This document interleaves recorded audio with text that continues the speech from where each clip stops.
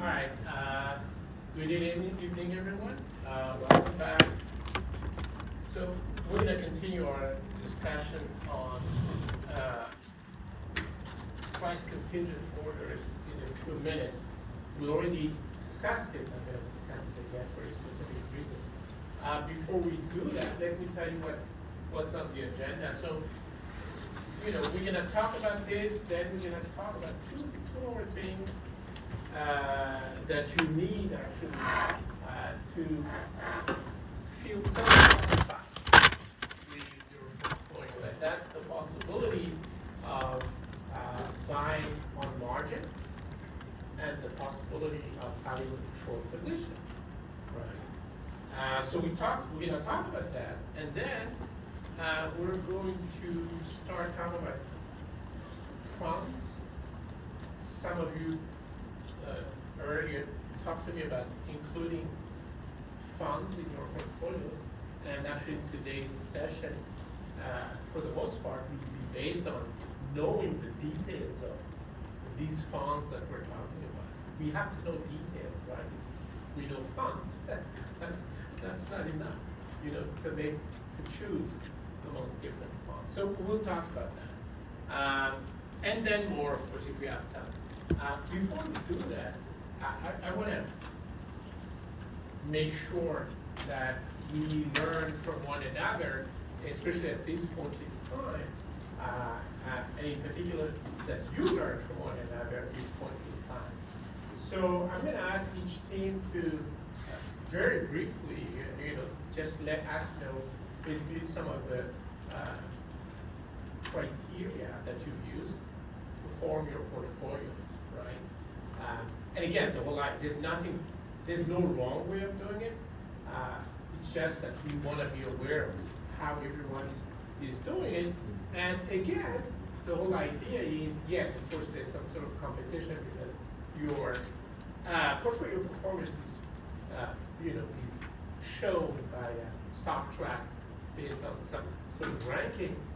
But more importantly for me, what matters is how you revise your portfolios based on what you discuss in a particular, after every session. Peter, go for it. So in group 3, we have just a very simple approach. So we use diversification. Diversification, okay. Yeah, So I'm just amplifying what he says. Go ahead. Yeah, we use 7.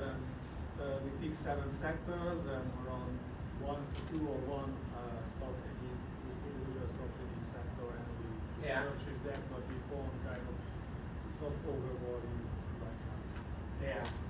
Yeah. You guys are the Quantech? Yeah. Okay. So you're at the top of the Looks like. the leaderboard as far as returns are concerned. All right. So there's not a big secret, right? Just diversification. That's what he said, and that was that. Let's hear from Team 1. Who's on Team 1?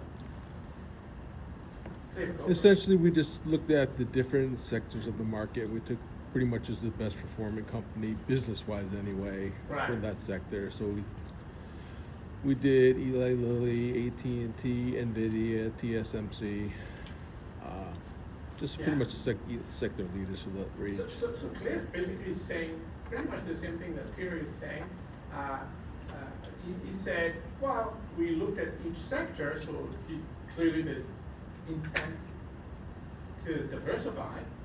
The guys did come up with one new and upcoming stock that should be good. There you go. MP Industries for mining rare earth Right. image. And the idea is to diversify, but look at the top performers for each diversification lane, right? So that was the idea. Let's see, let's try Team 5. Who's in Team 5? Anyone? don't be shy, we're among friends. If it's any consolation, if we will not get out of this room. I think one of the teams doesn't have anybody in it, so that may be it. No, so I put those. Okay. I put them in a, so actually you're right, so that actually, what, team five? I just left Team 5. I think a few other people did too. You left team five? Yeah. I wasn't here last week. Okay. Well, I mean, yeah, I didn't like the fact that there were 4 people that I had to force into I team know. 5, so yeah, thank you for that. Okay, let's try team 6. Okay, we go with diversification, Yeah. yes, of course, that's the first thing. So first of all, let me mention this, so it seems intuitive to all of us, clearly, that diversification is the way to go, right? But personally, my taste is kind of risk averse, so I often say to the guys, I want to stop from big companies like Yeah. the Coca-Cola, everybody drink every day. Right. And nothing changed, that. Right, So right, I right. want to pick that, like something So like that. safe companies, well-known Safe companies, company, large companies. And some guys want to challenge with the new startup, Right. the new growing, emerging the market. Yeah. We see the growing. So, because this is just a learning experience, so we take all the chances. Yeah. and So- try to balance. Thank you for that. Actually, Yeah. so she was talking about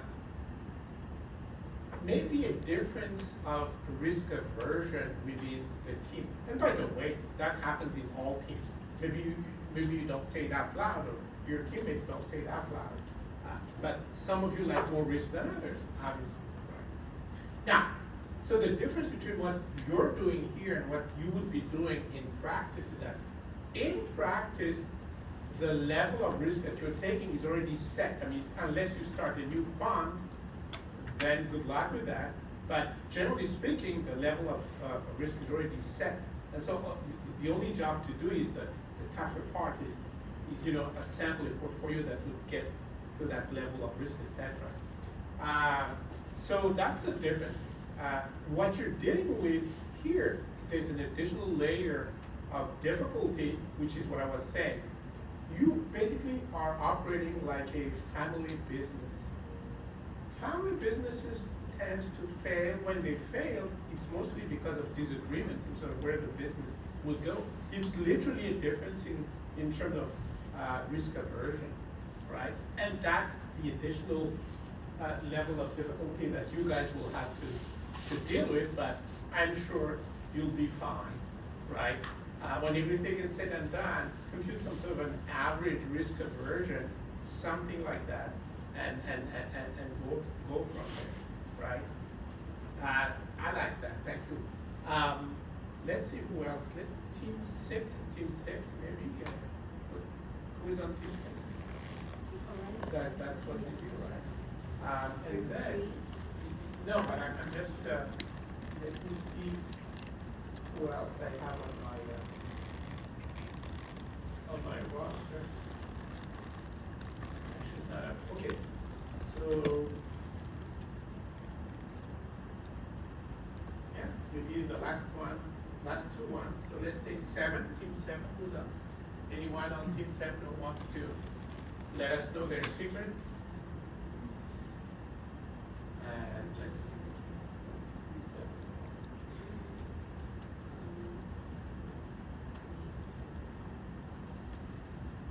So team 7 is number 3 on the leaderboard, so you guys should not be ashamed of me. Wait, really? Yeah. Team 3? What? Yeah. Team 7, sorry. So number 3, yeah. So Oh. that's pretty good. So I don't Top really 3. have Yeah, a you can put that on your resume, right? No. Top 3. Stop tracking. Anyway, go for it. What did you guys think I mean, of? pretty much what everyone else is doing, like picking stable Yeah. companies. Stable. Yeah. Okay, so risk, Yeah. limiting risk, that's what you guys did, right? And did you think diversification as well? I'm sure Yeah. you did. Yeah. Right. All right. So we're all on the same page, and then the last one. Sorry, that was team 7, and then team 8 is number 2. Anyone from team 8 want to share their secret? No one? So, team 8 is one of those high achieving teams who are very shy. That's fine. So, here's a question for you.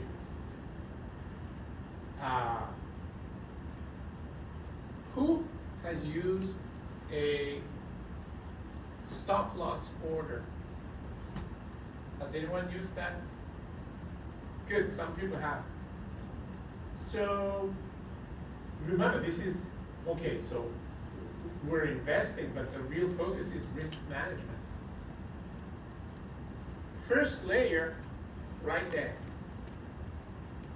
Look, you have to look at some way of containing the risk of individual, right, positions. Yes, then we will consider correlation among the positions, and then et cetera, right? But, yeah. If you want an example, if you put United Healthcare in your portfolio Saturday, you didn't have a good day yesterday. And that's where this would have been useful, right? And I think some people in the room actually did exactly that. We're not gonna name names, right? But the point is that it would have limited the loss. It would have limited the loss, right? Things like that can happen. You invest, and immediately right after that, catastrophe hits. And so what you do want to do is at the very least use stop loss. Just a quick reminder of what that is. So basically,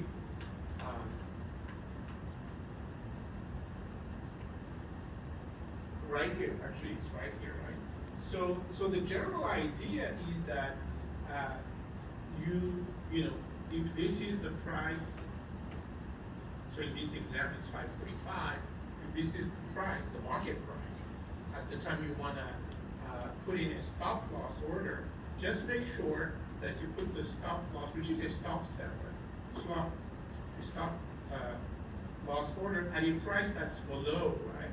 So the market price is 545, and the idea is that you wanna limit your loss to, let's say, $45. That's the general idea. So right there, you have a simple risk management tool that you can use just to limit, just in case. Right? That's the key. So by default, I strongly urge all of you to use stop loss order. Right? Questions about this? Yeah. So what would be the default, right, in S&P 50%? What would you recommend? That's a great question. So Peter is talking about the $45, right? So it's a percentage, right? Generally speaking, when people use stop loss, when they discuss policies within a fund, they think of stop loss as a percentage drop from the market price, right? So what is the percentage drop that's acceptable to the team? So that's the general idea. So Peter is talking about that, and so it is something that the team should think about. So UConn has student managed funds, and in those funds, teams tend to choose as a matter of routine, because of a long history of doing so, 15%, right?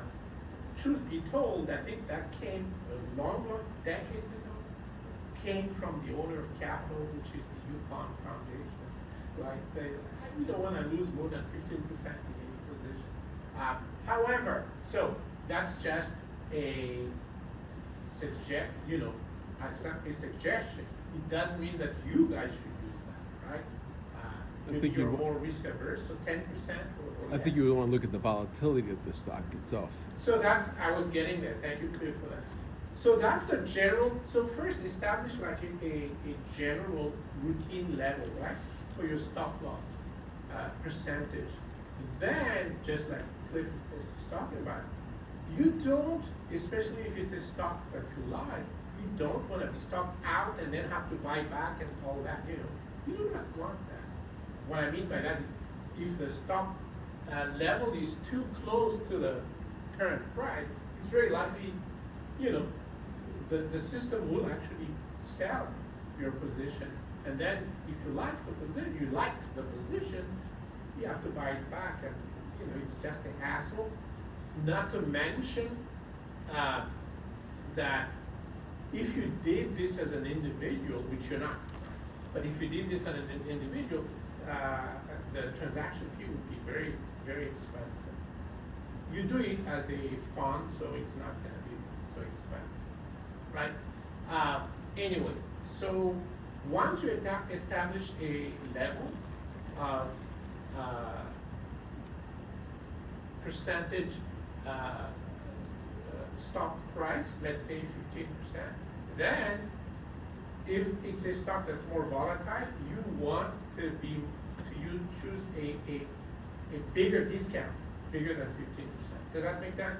Because it's so volatile, it goes in, goes down, but then it goes back up, etc. Right? And then if it's not as volatile, it's below average volatility as far as you're concerned, then you may want to choose something that's less than 15%. Does that make sense to everyone? Right. So that's the general idea as far as using stock. Questions about that? So that's the first opportunity for you to, well, I should say the second opportunity to manage risk, because you already did it by trying to diversify. Right? Are you diversifying the right way, or that's part of what we're going to be learning, right? But at least intuitively, everyone had the right reflex and just diversify across different sectors, etc., etc. Any other questions on the stock track trading itself or anything you're doing? Are we really limited to only 300 trades for the semester? 300 trades? Yeah. It had this as Yeah, a I limit. think so. Yeah, I mean, yeah, because I don't want you to churn. Yeah, that's for sure. You know, I don't want it to become like day trading or anything like that. Right? I want it to be like a someone, maybe someone active. Here's what matters to me. You know what matters to me. It's just what changes have been made after each session. That's it. But, you know, I think that's. See, I originally would have went up to about 30 different stocks, Yeah. just to get all the individual stock risk out of the risk portfolio, versus what you're Right. above 30 stocks I for mean, the most you know, part. at some point, if I see that you guys really need it, I may change that, you know, that limit. But, you know, 300 worked Okay. well so far. But you can control that if we need more trades? Yeah, Okay. I can. Yeah, Peter. There is no restriction, so we can buy domestic, US domestic, we can buy foreign stocks, we can buy options, we can buy any derivatives, or like future energy. Yeah, you know, if I remember correctly, I limited the stocks to US traded stocks, but I'm not sure. You can try anyway, you can try foreign There's ones. ADRs you could do. Yeah, ADRs you can do because they're traded. Yeah, but it should be traded in a US stock. Yes, Okay. yes. Okay. And definitely you should feel free. That would be a shame if you can't trade options or futures, right?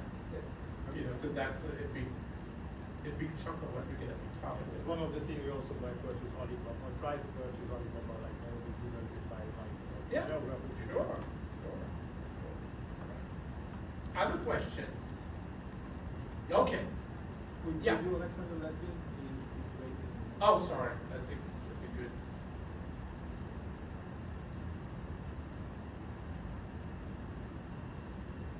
Thank you for that. Someone else had it. Yeah. On the stock track, there's some stock that just leave it up for 100K. I don't know what the reason is. Oh, yeah, no.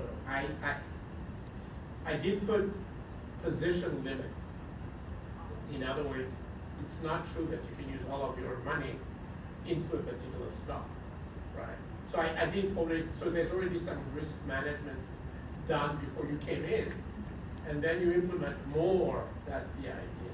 That's a great point, thank you for that, right? So she's talking about, the fact that there are position limits, right? So was it 100K? Yeah. Okay, 100K. 10%. 10% there, right, 10%. And actually, I'm trying to remember, so the student, I think that's also the limit for the student managed funds here at UConn. So I think that's where that came from. We didn't mention that. I know, but no one dared taking it 100, like 10% of the whole capital. Other questions?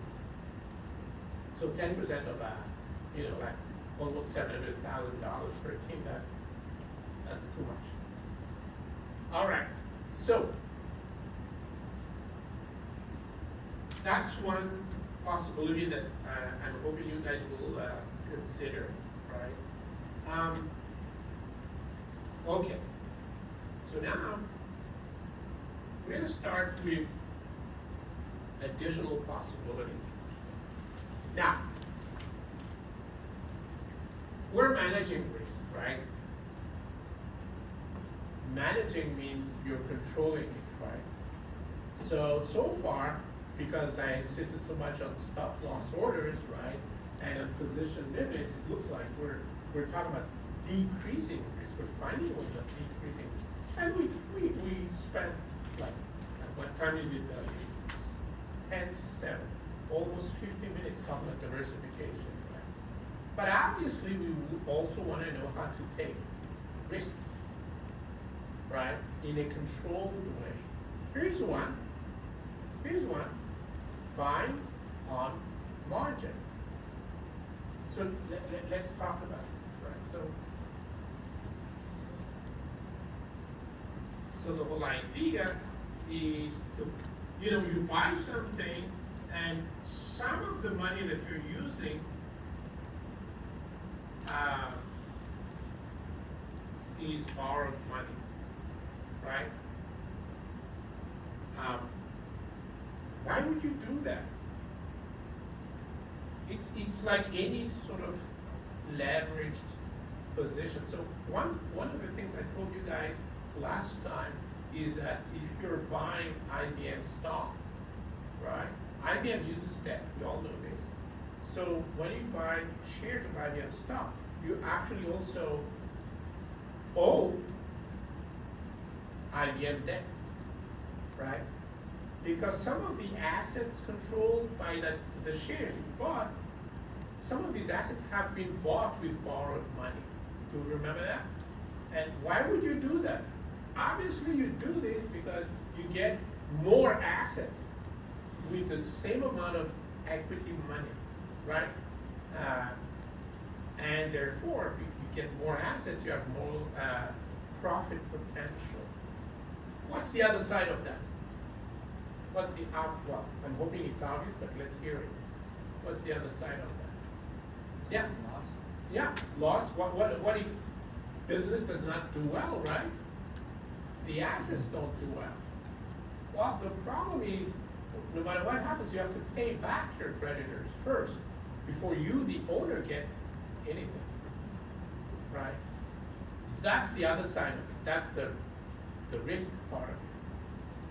But there's reward to be gotten as well, right? So let's talk about this in the context of individual positions, right?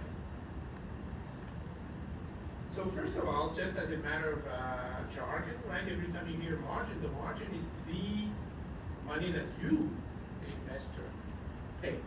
That's what's known as margin, right? And so, right? We understand, of course, your profit goes up when the stock price goes up because you have more shares than you would have bought with your own funds, yeah, because you borrowed part of those funds, right? So, first, the initial margin, right? The initial margin is the amount of money that you have to pay when you use margin. And currently, so this changes depending on what the Fed thinks. Currently, it's 50%. Now, by the way, brokers then can, this is the minimum, 50%. Individual brokers can impose on their customers higher margin. Right? They have that discretion. Now, 50%. Why is this controlled by the Fed? So, in other words, let me ask you guys, maybe you can figure it out, right? Why would the Fed increase initial margin or decrease initial margin? Regulate the risk of these financial institutions. Regulate, so Peter says regulate risk of Risk of fire. financial institutions. If the broker require too less, the credit is more risky for the brokerage company also because there is no good on that side that the brokerage company is a collateral. So Peter is saying if the margin is set, for example, very low, that really encourage a lot of betting, correct? And maybe a lot of risk in financial markets. Do we all see that? Right. So that's the general idea. Now, oh, by the way, so and the Fed, of course, is also interested in, let's say, interest rates. Does this have any? Do you think this has any effect on interest rates? Well, if you lower the margin so much, people are gonna wanna borrow money, that's gonna push interest rates up. Yeah. Lower margin would mean higher interest rates because there's a lot of borrowing, and vice versa, right? So it does have an effect on interest rates for sure, right? So the initial margin is the initial amount of money that you pay when you buy your stock. And then there's what's known as the maintenance margin. By the way, this is for equities, right? This is for equity. Yeah, this is for equity. And so maintenance margin is the minimum equity or the minimum amount of your money that has to be in the account. Right? So currently it's 25% by FINRA. But again, individual investors have the discretion to raise the maintenance margin as well, right? You will notice that the maintenance margin tends to be lower than the initial margin, right? Now, what happens, and this is often how people get caught if they commit fraud, and I'll talk about that in a few minutes, but what happens is that whenever this money is not, the maintenance margin is not sustained, let's say the money in your account, because of you're losing money, right? So your equity in the account goes way below the 25%, then you receive what's known as a margin call, right? Which they call you, they alert you, and they say you need to put up more money in your account, right? That's the idea of a margin, right? Long time ago, there was a trader working for Barings. Barings used to be a huge, very well-known UK bank, and he was making millions on the Singapore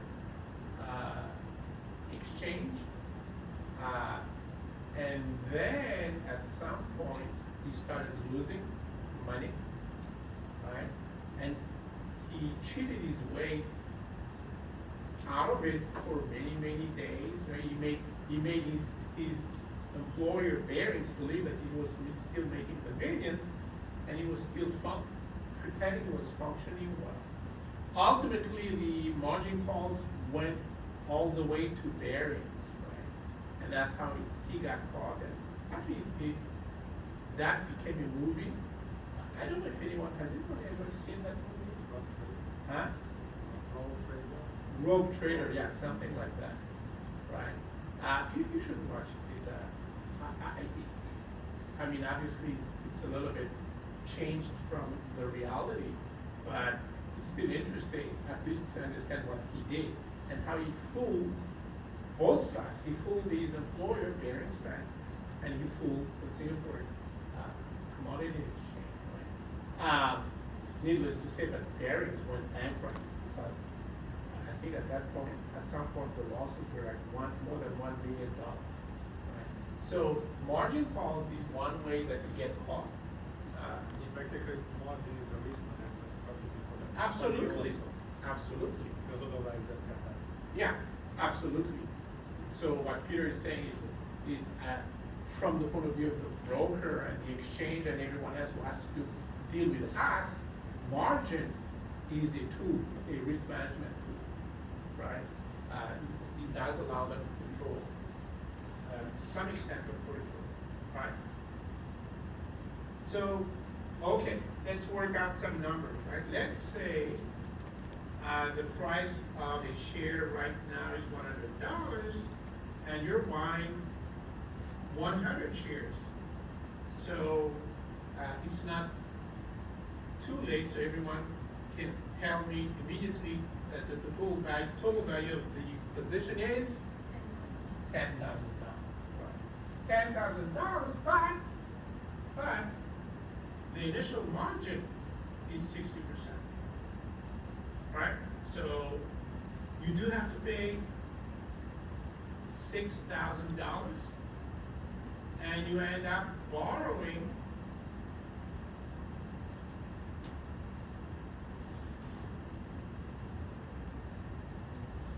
$4,000, correct? So this is the amount of money you owe your broker, right? Now, also in this particular case, the maintenance margin is 40%. Right?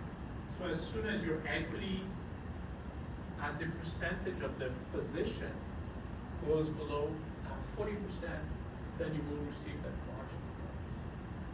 By the way, as soon as you guys have questions, do not hesitate. Raise your hand and ask away. You be helping not just me, but you're helping everyone else. Because if you think you have a question, it means everyone else has a question and we just try. Right? So do not hesitate. So Just one question, right? Yeah. That the maintenance margin is always lower than initial margin. Yeah. Otherwise, it would like Yeah. right away. That's the exactly margin right. call. So it, Yeah. it would cause a problem Yeah, right away. yeah. once you purchase it. So Peter is basically noting the fact that the maintenance margin is always below the initial margin. Otherwise, you immediately receive a margin call. Right? Absolutely. So, all right. So we borrow $4,000, equity $6,000. So it's $100. What happens if the price goes down to 70? Right. So obviously we're losing money first of all. That's clear, right? But what happens to our equity, right? So you can look at it like a simple balance sheet, right? Like the value of the position. So instead of 10,000, it's now $7,000, and then you have assets and liabilities. So that these are the assets, and then your liability is regardless of what happened to the stock price, you have a fixed amount of debt, correct? $4,000. And so when the value of the asset goes down from 10,000 to 7,000, there's a loss of 3,000. That really is reflected on your equity, right? So you went from $6,000 to $3,000. I know that sounds complicated. It's not meant to be complicated. The point is, yes, you can simply, because the amount that you borrow is fixed, the loss is all on you, obviously, right? And that's how you take on it. So the margin, which is your equity, 3,000, as a percentage of the whole position, 7,000, is 43%. Are we receiving a margin call given that the maintenance margin is 40%? Anyone? Not yet. No. Right. So an interesting question is, when are we gonna get that call? By the way, should you predict or should you compute something like that for the sake of managing risk? Of course. You should know at what price level you're gonna get a call. So here's what you do. So all you do, first, let's go back, right? All you do is compute your equity based on the stock price, right? And compute the position based on stock price. And you want this to be 40% because that's when you receive a margin call. So it looks something like this, right? Looks something like that, right? This is your equity because it's assets, 100 shares, 100 times the price per share. Assets minus the liability of $4,000. So this is your equity divided by the total position, which is 100 shares. Question about that, right? And you want to equate this to 40%. Once you do that, you solve for P, and you get, so the previous price was $70 that we did receive a margin call. But if it's anything like 66, 67, then we will receive questions about how to compute this particular margin price. Right? So this is what you do.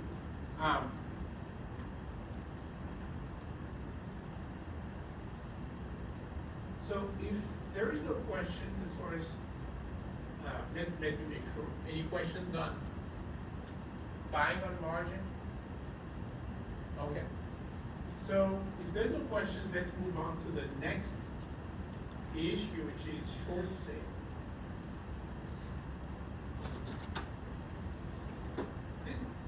What is that? Let me, here's what that means. Shorting means you borrow the stock and you sell it. You sell something that you don't have. That's shorting in the stock market, right?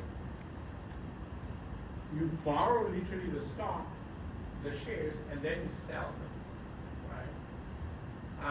And you have to be careful in finance. We use the same words to describe different things a lot of times. So shorting a stock means borrowing a stock and selling it, right?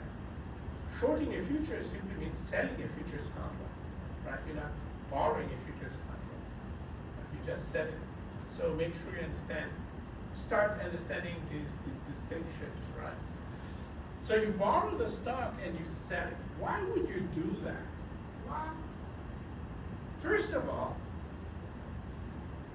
we all know that if we want to take advantage of it, what we predict to be a price appreciation, we just buy.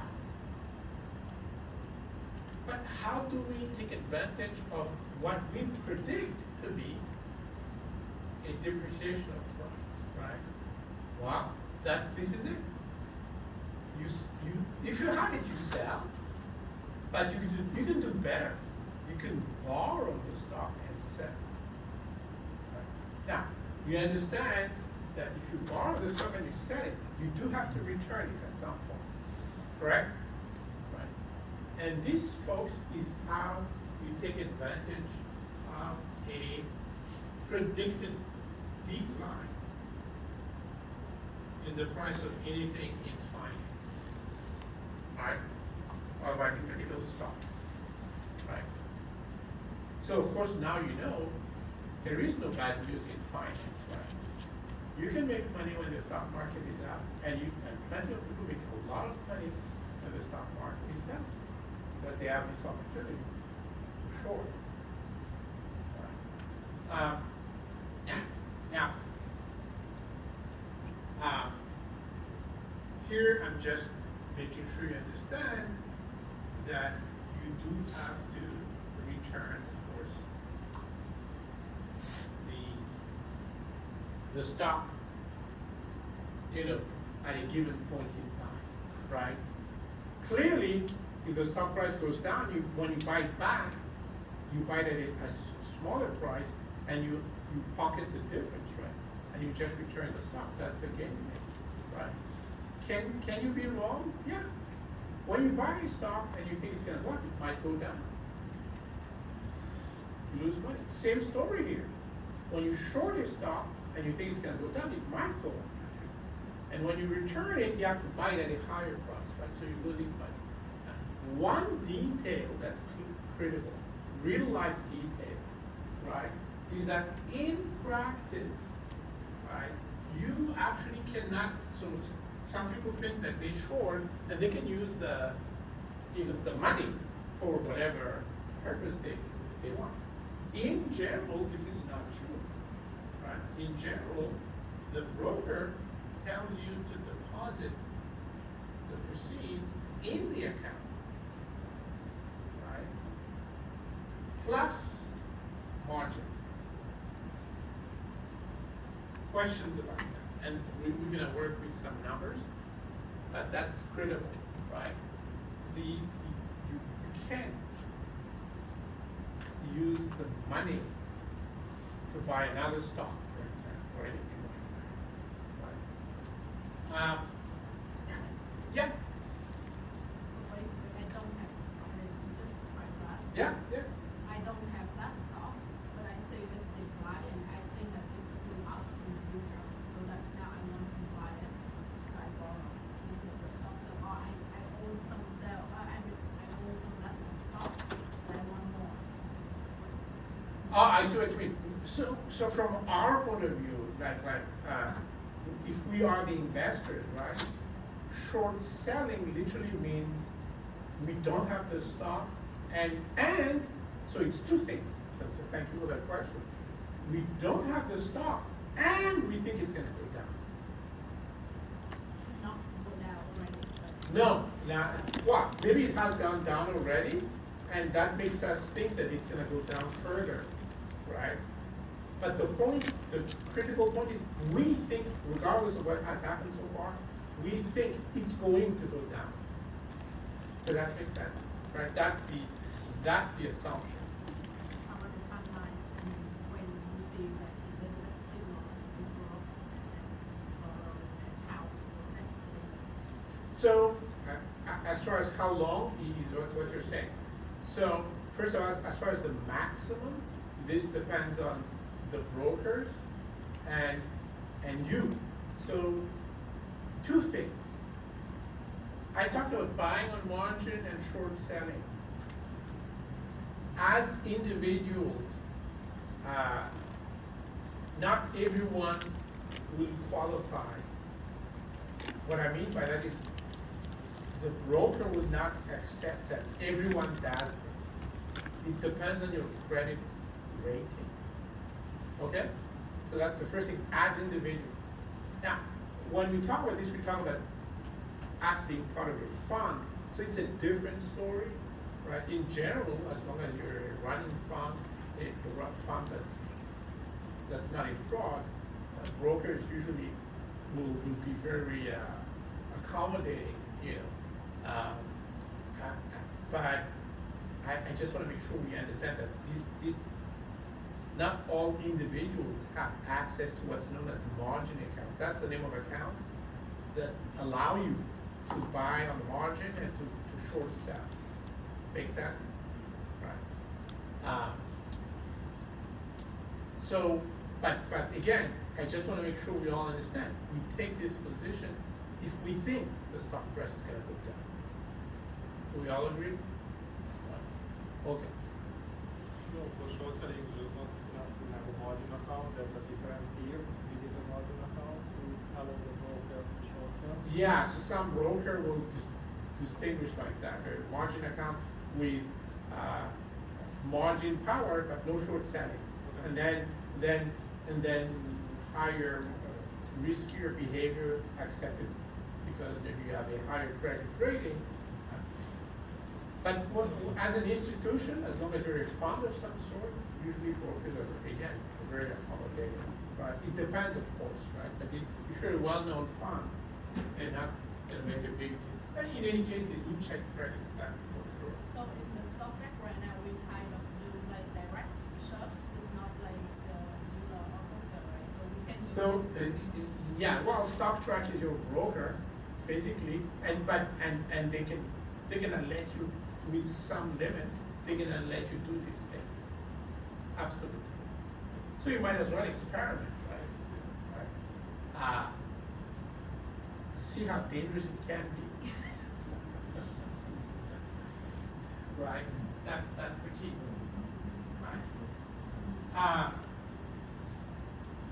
Because this is very tempting, obviously, right? This is very tempting.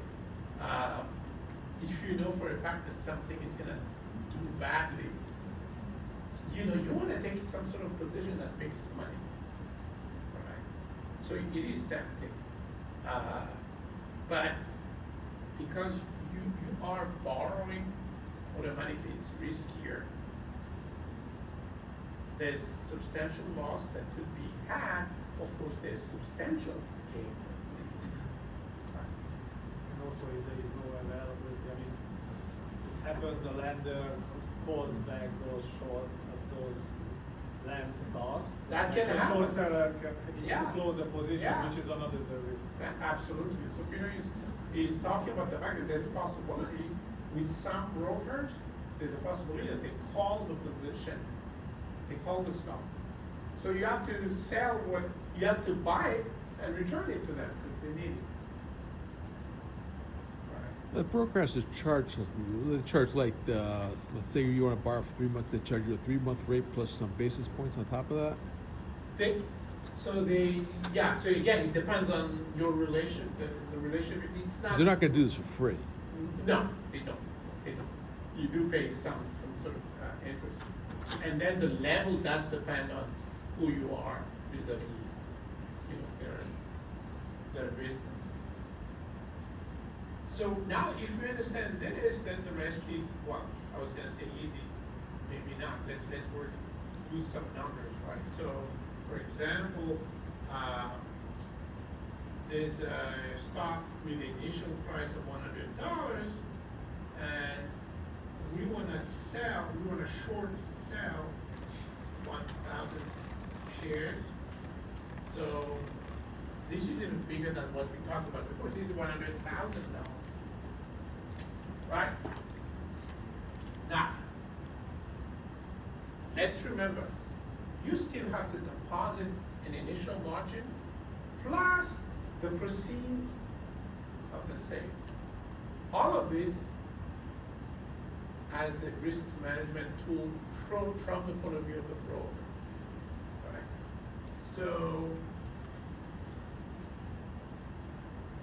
you have to deposit the $100,000 that you just got by selling the shares, plus the initial margin, which is 50%, right? So 50% of 100,000 is 50,000, right?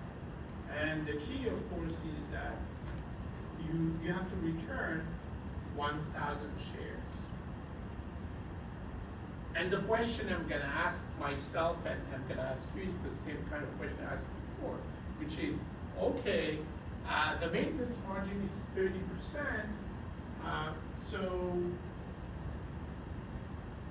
at what price, what should the price of the stock be for us to get a call, a margin call, right? That's the general idea. First, let's make sure we know how this works, all right? These are the assets, $150,000, right? These are, you notice, these are cash, right? So they they don't change regardless of what happens to the stock price, right? It's different. It is different from what we dealt with when we talk about buying on margin. Because the assets back then, the assets were the shares, right? So the value of the assets depended on the stock price. Do you remember this? Here, when we talk about shorting, it does not depend on the stock price, it's cash. Right? What does depend on the stock price is the money that you borrow, because basically it's the shares, right? You have to buy back those shares at whatever price. So that debt depends on the stock price level. And then your equity is a residual, just it's whatever is left from that, right? So in this story, in this scenario, the stock price went from 100 to 70, right? And so we have 1,000 shares. So what happens? This is fixed, right? So whenever the stock price goes down, your liability goes down, and automatically your equity goes down, right? That's one way of looking at it. Another way is, of course, the obvious way, hopefully. So one way is what I just said, right? Your equity goes up to 80,000 from 50,000, and you have a gain of 30,000, right? Just based on the picture. The other way, which is maybe even simpler, just look at what happened to the price, right? You bet that that price would go down, and it did go down by how much? From 100 to 70, it's 30 times 1,000 shares, same thing, 30,000. Okay? So there's at least two ways of looking at this. Right? Questions? Okay, so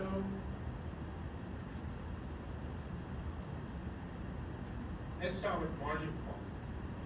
So what was I forget what the 30%, right? Maintenance margin is 30%. Same story, right? What we're gonna do is we're gonna compute equity as a percentage of the total position. And we're gonna equate that to 30%. So let's go. Here you go. Equity, which is what?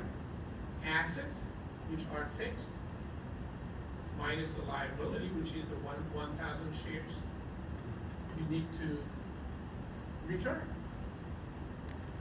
Alright? So that's equity. And again, the total position is 1,000 shares. So this is your level of margin, and we want it to equal 30% so that we can solve for P, and we're gonna be able to, right? So you can't tell because I wrote so much on this, but basically the answer is $115.38. Right? So we're shorting the stock at 100, and if it goes up to 115, that's when we're dead. Well, we're not dead, we're just dead. There's not Right. that much room. Questions about this? Okay, so, no questions? So, if you guys have no questions, I have questions. Here it is, right? So the way we're gonna do this is your first, is you look at this, you insist that your neighbors give you the answer, and then you're gonna have access to Husky City and put their answers on there, right? All right, let's do that, right? So, I need to hear you talk to your neighbors. Don't speak low. You have to shout. And don't be shy. This is not a world where not speaking is.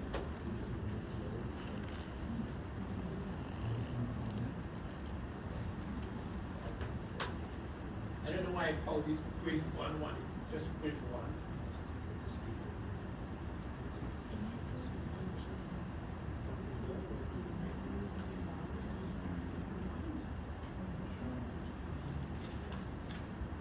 You do need to compute something here. You can't just guess, right?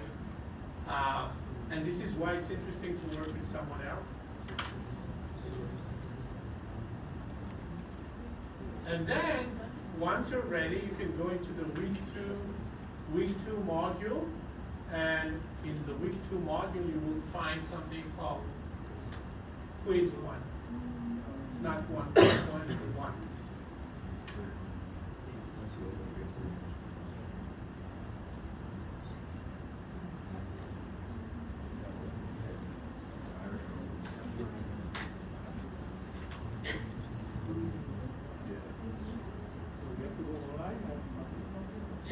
Yeah, once you're done, go online, go on Husky City, and go to the week 2 module, and you will find the quiz there.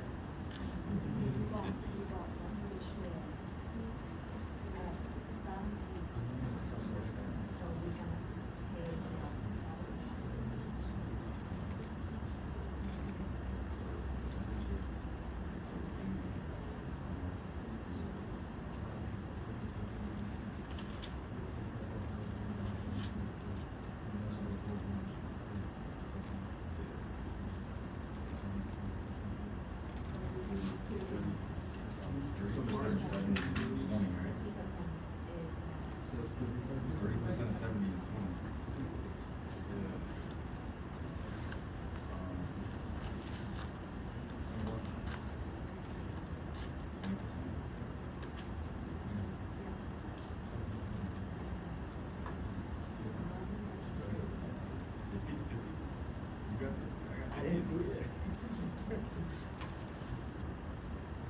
I'm not certain, so.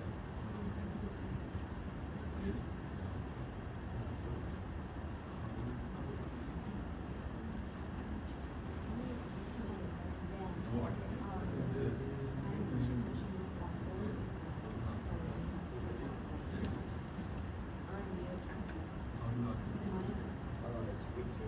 Or you going to Because, well, if you live in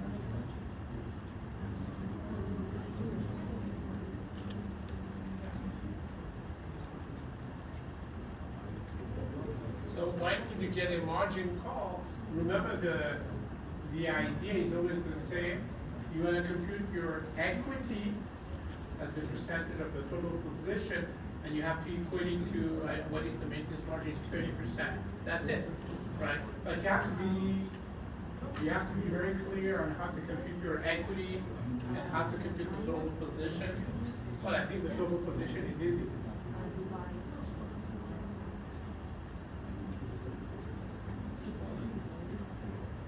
And then once you're done, just raise your hand so I have some sense of where we're at. Okay? What I mean by done is you wrote your answer on Husky City.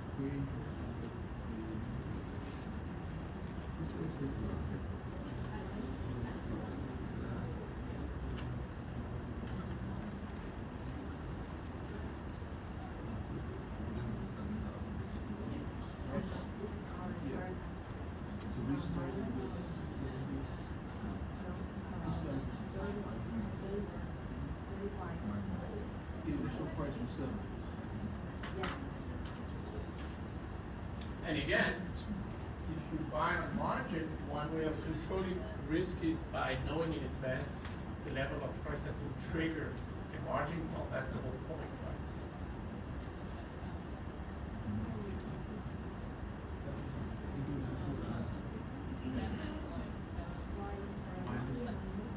Because that was the initial one. So we should,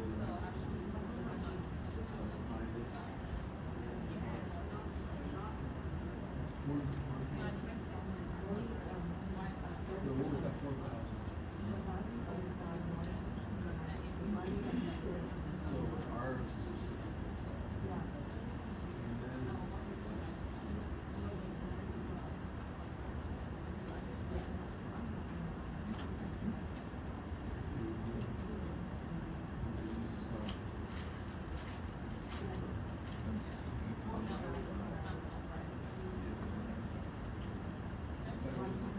But yeah, by.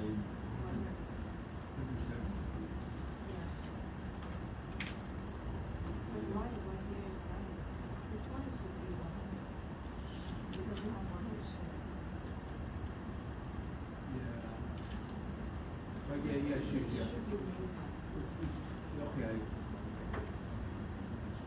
No, that's the initial price. Oh, No, this is the new one.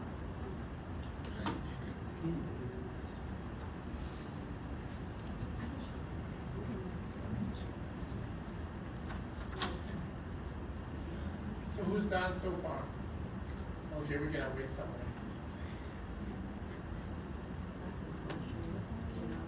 Oh, yeah. But it's like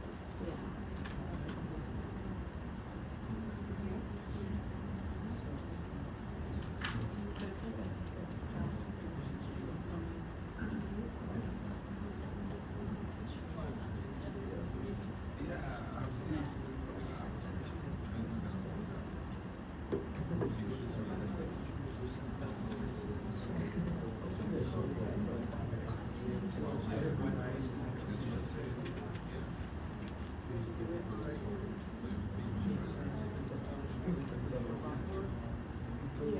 I haven't accessed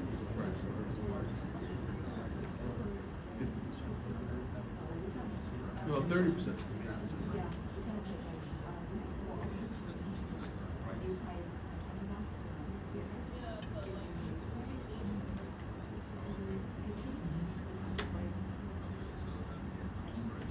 Oh, yeah, that's how you, I would just. Yeah. This is money. You cheated. So again, once you've decided on a value, make it official on the HASCCP week 2 module. It's called quiz 1, not quiz 1. Actually, should be changed. Well, quiz 1.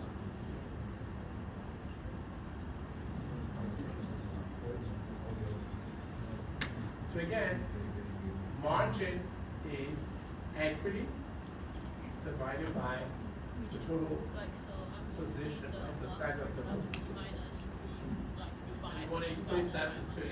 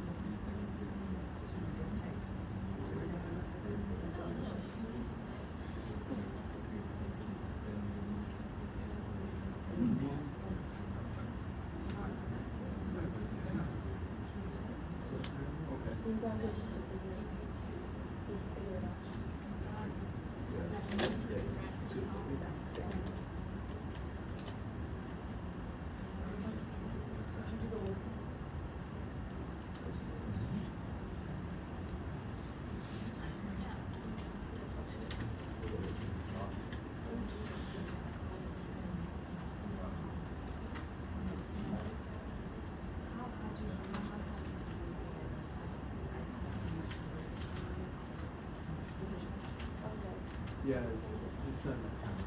We can do that tomorrow. Okay, let me see those hands again, if you're done on SPCP. All right, almost. Maybe one more minute and then we're gonna work it out together and then we're gonna take a break.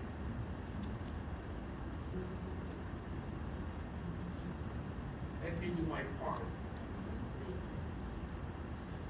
Equal 30%. Right? That's a huge contribution.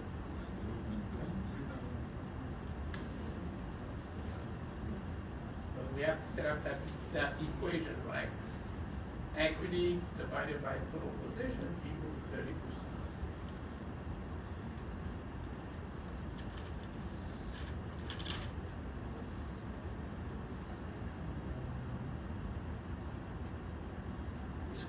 It's called quiz 1, week 2, module.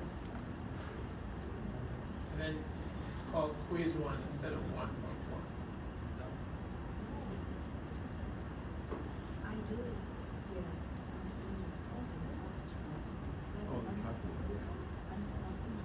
And you know what, folks, if you have trouble with ASCII, just email me now. Just send me an email with your answer, and that will work as well, right? And then I'll manually put it in, right?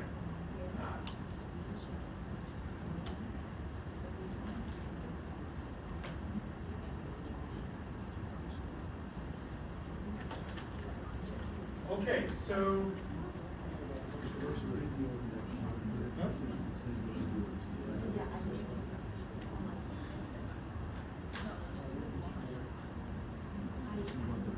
It's submitted on. I wanted to change, but it's submitted documents. Professional quiz machine. It's limited, so the limited time space.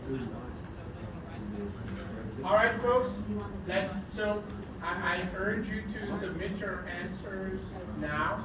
Just send me an email, like I said, if you can't do on HASCII, and I'll take care of it, okay?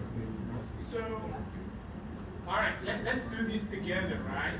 So we wanna write down the fact that equity as a percentage, in other words, equity as a divided by total position, right, should be 30%, correct? Yeah. So, we're buying 100 shares of the stock, right? So, and we don't know the price that we're gonna get the call. So the total position is what? 100 times price, correct? Now, I wanna compute equity. How much is the equity here, right? Out of a position of 100p. Well, equity is assets, which is 100p, right?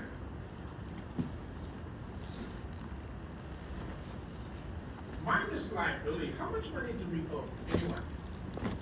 How much money did we borrow? 3,500. How do we know this? Well, because the price, the total was $7,000, and the initial margin was 50%, so we paid 3,500. So it means automatically we borrowed the rest of it, which is 3,500. Does that make sense? Right. So literally our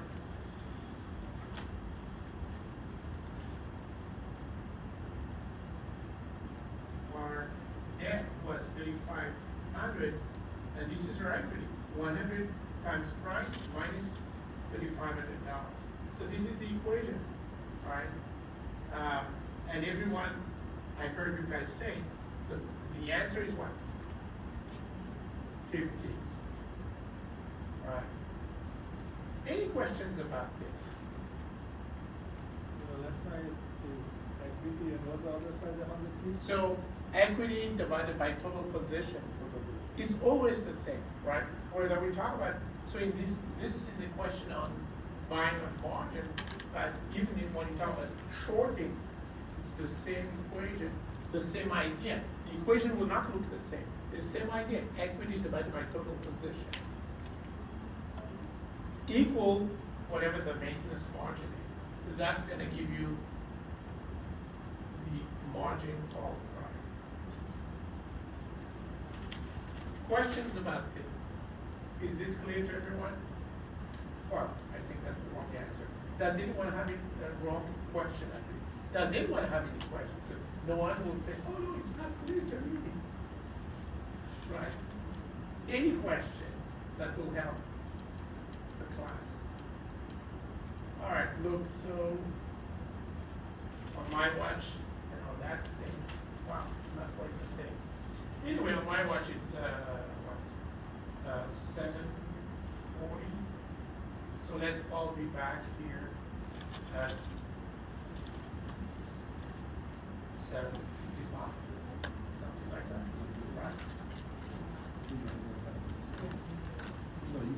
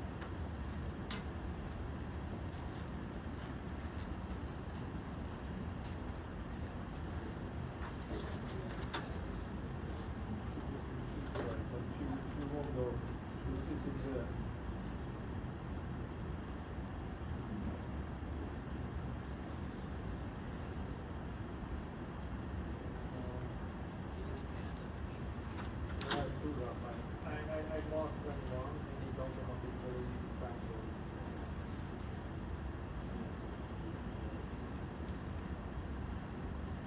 So definitely one of the strategies to implement for next time is top limit.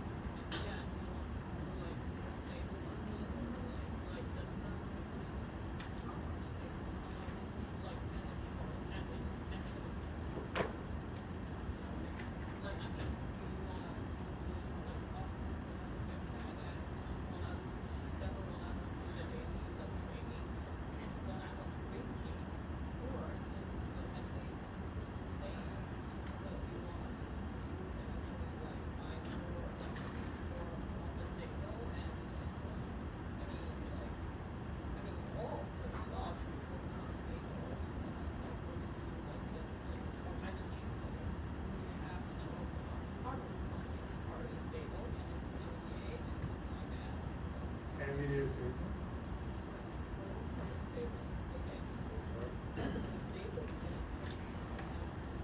Well, look at the paper. I mean, I don't know what to define as stable. Huh? Yeah.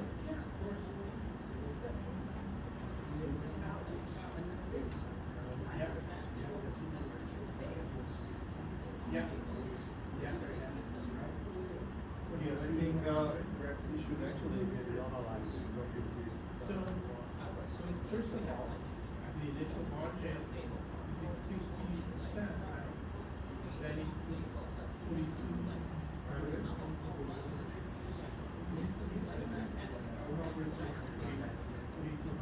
I think if you So the money is and 70. then issue the value that we analyze which stock.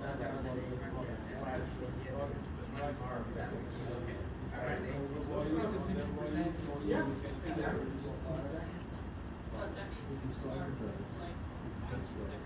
You have equal sign, you put one side equal sign on one cell, and you say equal sign on the other side. You're supposed to have. Share price.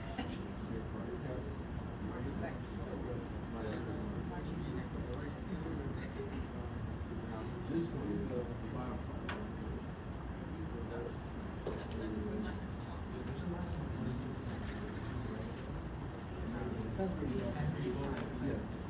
this is what's coming from here. So now that you have, you know that we have now is the. So what we're gonna do is Yeah. we want to sell cheap highlight effects. So Right. instead of just your value. Yeah.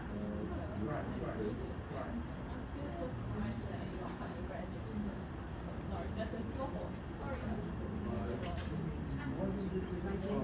Oh, the value of the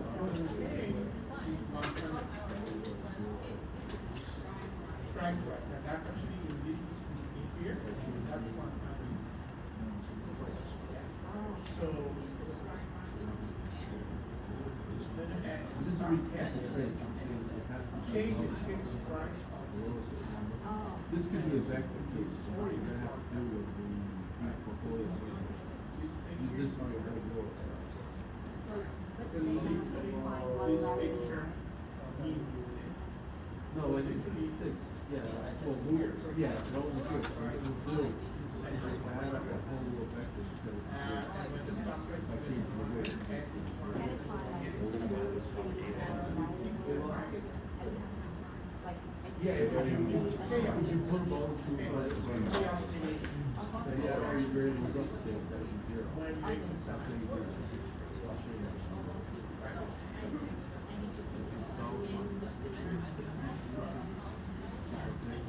This is literally this.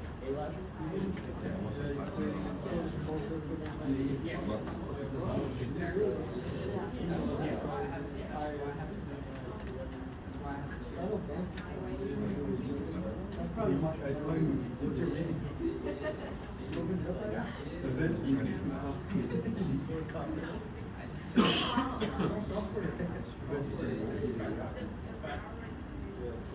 very popular. There's a simpler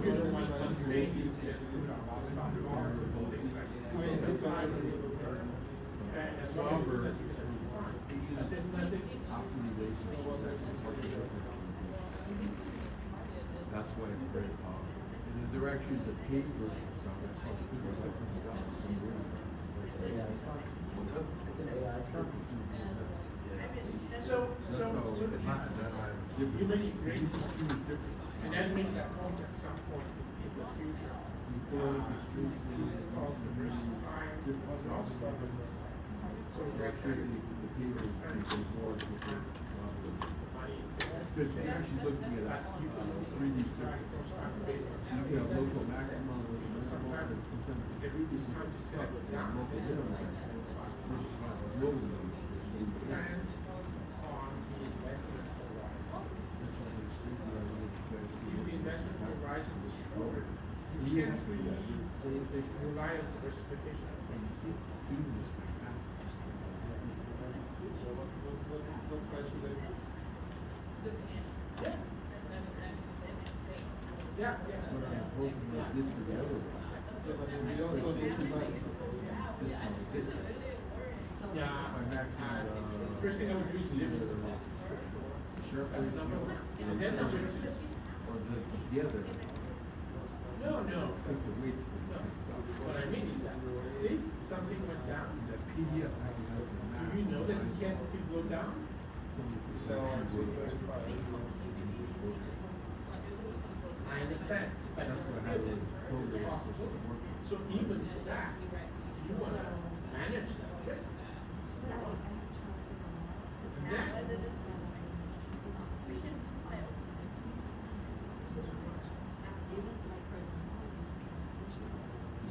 Yes, you mean in practice, yeah. And especially if you have a longer investment horizon. Yeah, somebody wrote programs. And you think it's a good stock, there's no reason to sell just because the stock price goes down. That's the key. Right, when you make investment Sell will decisions. choke that big. Fight on it, you can see why. But hang by it, once we get to see. Yeah.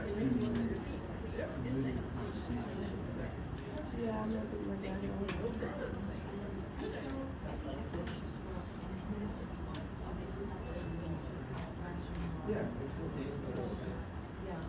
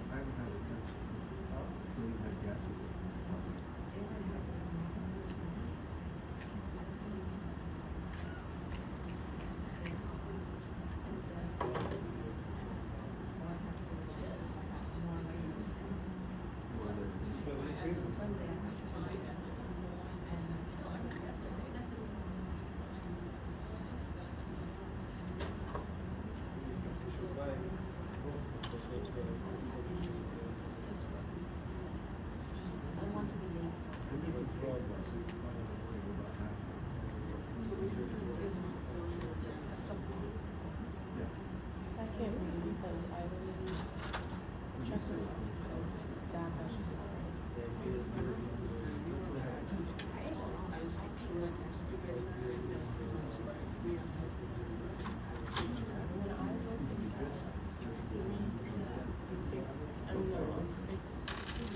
something, and then I made like $200,000 investment. Maybe there's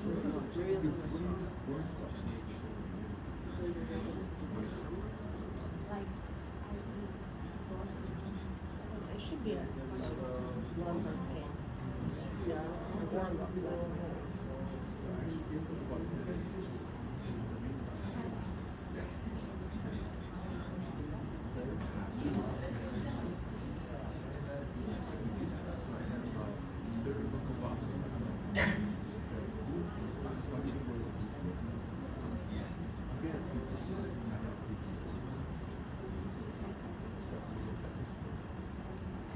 All right, everyone, welcome back. So we're gonna finish this discussion on essentially markets, right? Equity markets by talking very quickly about trading mechanisms. I've already told you, so let me repeat it actually, that most of the stock markets that we're talking about, that we're dealing with, are what's known as dealer markets. In other words, there's always someone standing by to buy and sell, right? And why would they do that? They do that because they're allowed to buy at a low price from us and sell at a high price. And they make a living based on that dealer's spread, right? So that's number one. Now, I have to mention to you that, I've already mentioned that, for example, in the floor of the New York Stock Exchange, companies known as specialists, right, do that kind of stuff. Later on, I mentioned to you that actually, other people also do that. We don't need to be a specialist to do that, and I'll give you some ideas in a few minutes. Something else you need to be aware of, because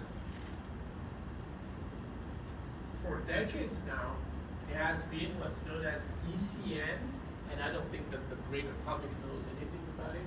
Right? So these are basically networks that connect usually a group of financial institutions. So this is in addition to their connection to the markets, right? So they connect to one another, so you could sell and buy from one another, right? So these are what ECNs are. And of course, there are commercial versions of ECNs where they try to attract specific groups of institutions. And yeah, I've just talked about specialists. Now, we keep talking about the S&P 500 or the New York Stock Exchange as a market. You need to remember that we do have the NASDAQ, right? Which is essentially, although it's not, it's not 100%, but it's a lot of tech companies, right, trading on there. And this, the NASDAQ actually is a computer system. Before being a market, it's a computer system where you could place your buy and sell orders. It's like a broker, except it's the market direct, right? It used to be just an automated quotation machine. But you know, like if you wanna quote a buy price or a sell price, you could quote, but you cannot buy and sell. Now you can do the actual transaction, right? So I wanna make sure you understand that, right? Of course, the New York Stock Exchange also has, a system like that, right? But, oh, something that I need to mention.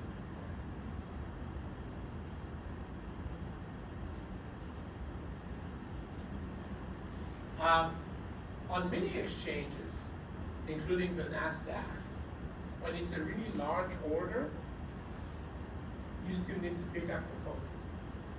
And regardless of what's quoted in front of you, pick up the phone, because you don't know if the outside is gonna go ahead with the price that they quoted, with the size of your transaction. You guys understand this, right? Maybe they have a particular quote, they put out a quote for a particular size, and you wanna trade 10 times that size.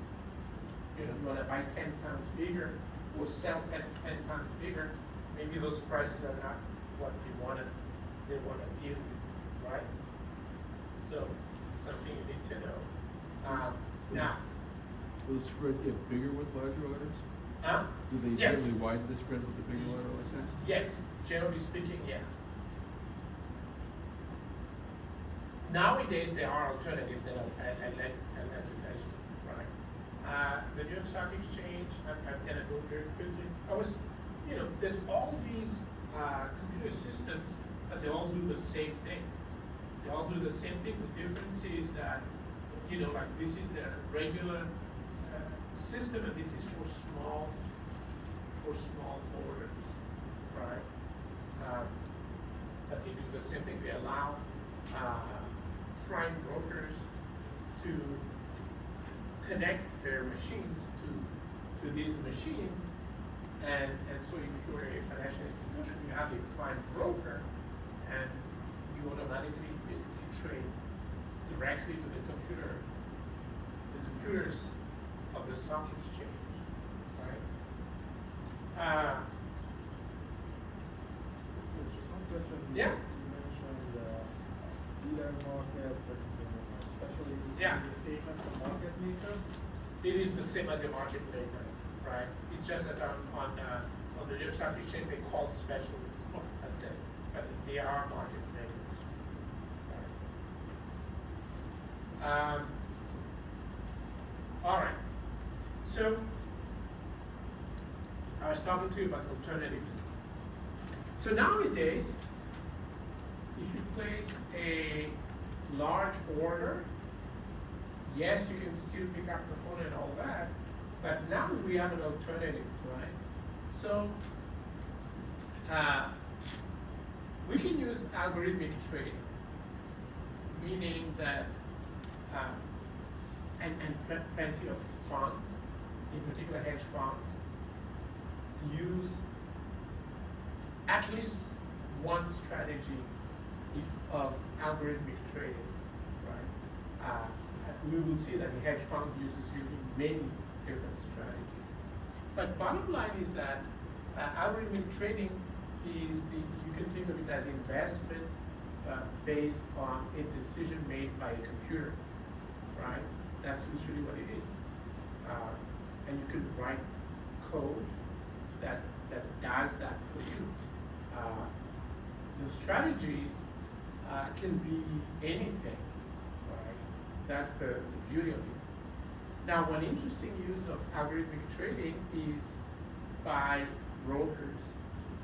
So nowadays, almost all brokers use algorithmic trading for us, so that we pay the minimum price possible whenever we buy, and we get the maximum price possible whenever we sell.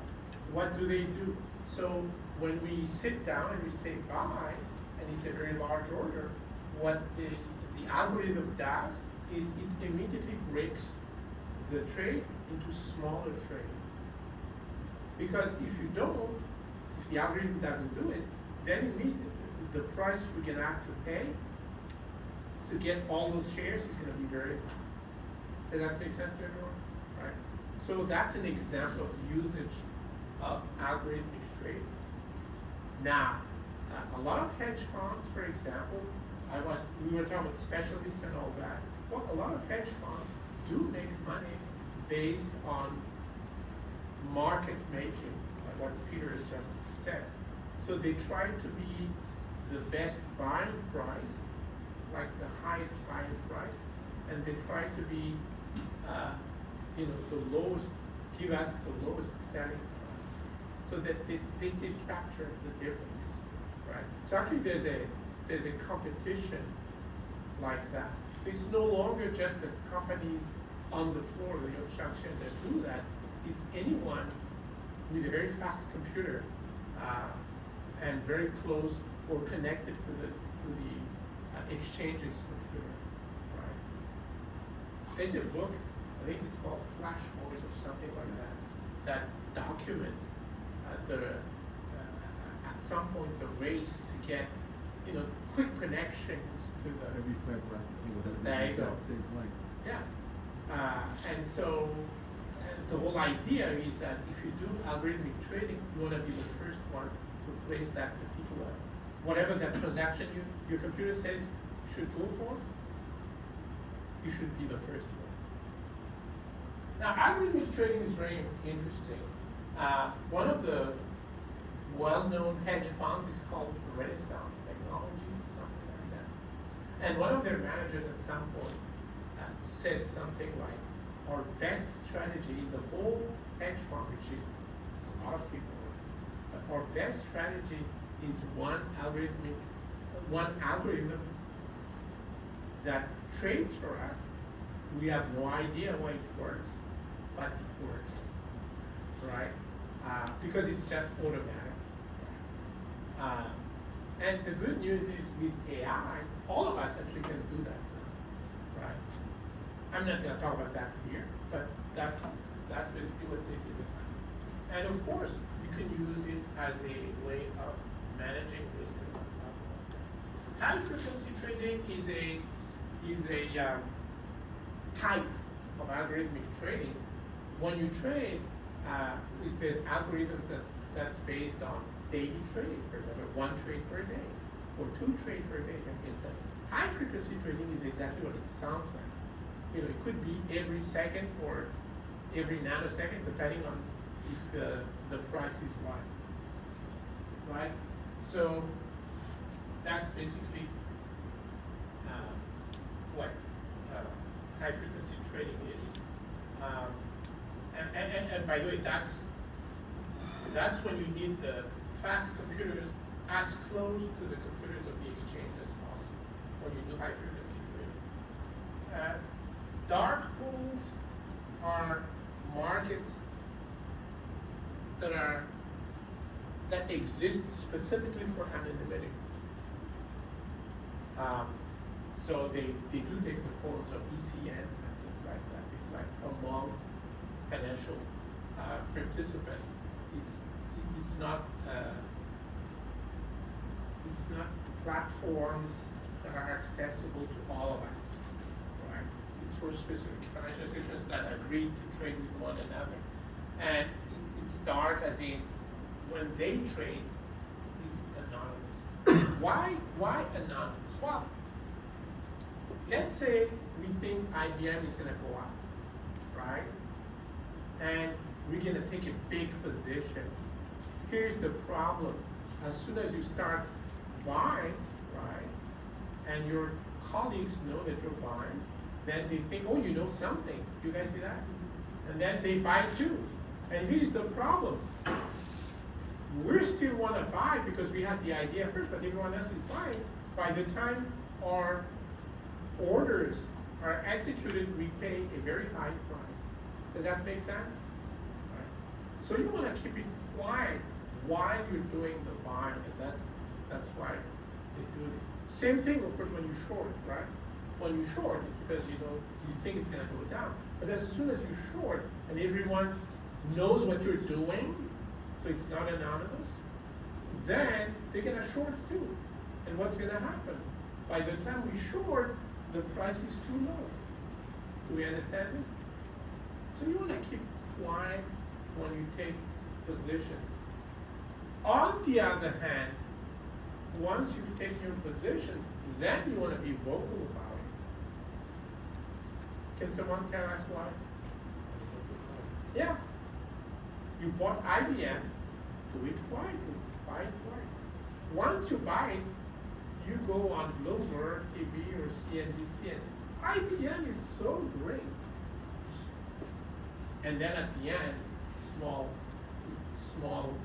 print, oh, I'm holding IBM. Right, but you guys see the idea. Right. So be careful with people who seem to be very generous with their investment advice. It's because they already have the positions. They just want you to pump up the price. Right, so be careful. Anyway, so, Just one question yeah, about market making. of course. Here versus high frequency trading. Yeah. Do you think is there a future for market maker because they typically high frequency trading is dropping? Yeah, so the question from Peter is that, is there a place for specialists and other market makers, given that high frequency traders actually are taking their place, right? Because this is what I was telling you guys, that people with faster computers closer to the exchange, they also try to make markets because they want to capture that spread, right? And the idea seems to be yes, Peter. And the only thing I would point out to is that the specialist firms seem to survive. And who has visited the New York Stock Exchange? Right, you guys have. So all those round things that these are companies, right? People working for companies. These companies are the specialists, right? So they make markets for a specific set of stocks, right? But there's fewer and fewer of these specialist firms. So Peter, I think that's the answer to your question. There's space, but maybe for a quasi-monopoly kind of thing, right? Kind of position. Right? Great question.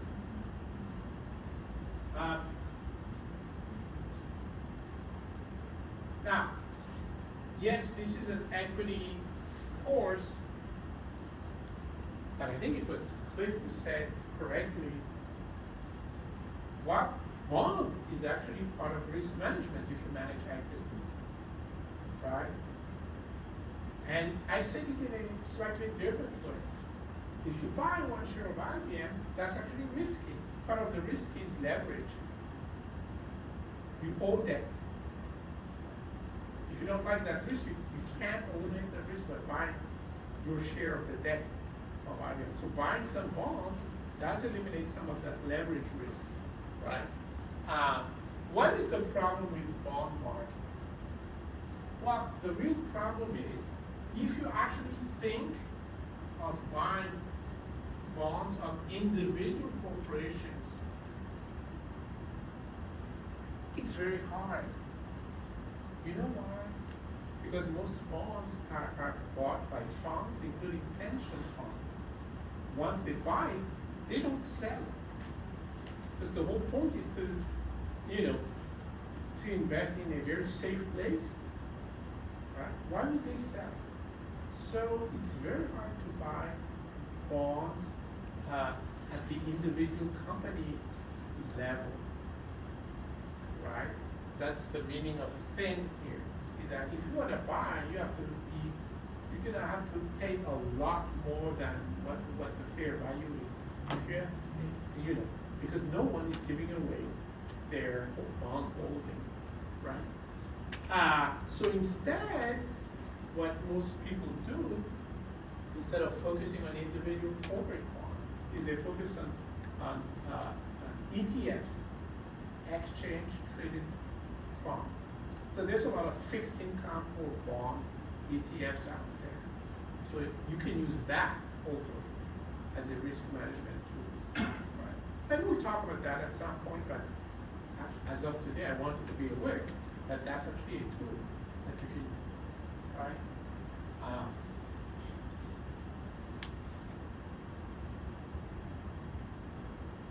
Now, I skip this globalization stock market. Well, that's because I'm assuming we know, but maybe we don't. So let's make sure. You know, so one of the more spectacular thing that happened within the last decades is when the New York Stock Exchange merged with Euronext. Euronext was like the biggest European stock market. New York Stock Exchange was the biggest in the US. Then they merged together, so you can imagine the size, right, of that exchange. For investors, that's good news in the sense that they now have access to everything that's traded on the two exchanges, right? NASDAQ, of course, is competing with the New York Stock Exchange, and it has acquired a lot of other exchanges as well.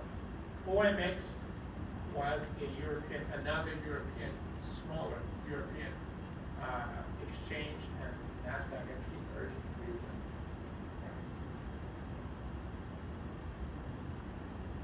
When you think options, futures, derivatives of any kinds, the first thought should be Chicago Mercantile Exchange, CME Group. If you go on cmegroup.com or something like that, that you'll be on the website of the most popular market for derivatives, right? They sell everything. Derivatives on commodities, right? Pork belly, oil, right? But then they sell derivatives on the weather, on anything, right? Literally. If you have time, go on there, check out all of their products. We don't have time to do it here, but it's very interesting. Why am I saying that? Because it's opportunities for diversification. Okay, something that matters when you compute your return. You have to remove, of course, cost. So there's two costs that you have to remove. There's the actual dollar cost of trading, like, that's going to be reported to you every time you trade, right? There's a cost like X dollars, right? Plus, of course, the spread. So the whole idea of looking at the spread as a cost goes like this, right? So this is the bid price, right? And let's say this is the ask price, right? And the price this is the direction of increasing the price, right? So generally speaking, the idea is if you look at a stock and it's got a bid and ask price, right? The fair price, the actual fair price, is somewhere in the middle.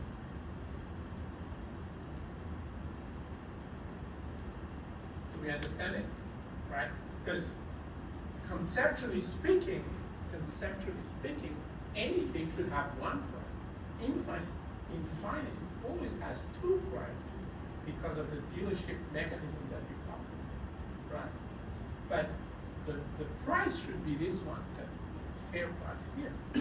So automatically, when we buy and we pay the ask price, basically we pay half of the spread as additional cost. Do we understand this? Every time we sell, and we sell at the big price, which is lower than the fair price by half the spread. Questions about that? So this is how, in addition to removing the actual dollar cost of trading that you will see every time you trade, right? You should also remove at least half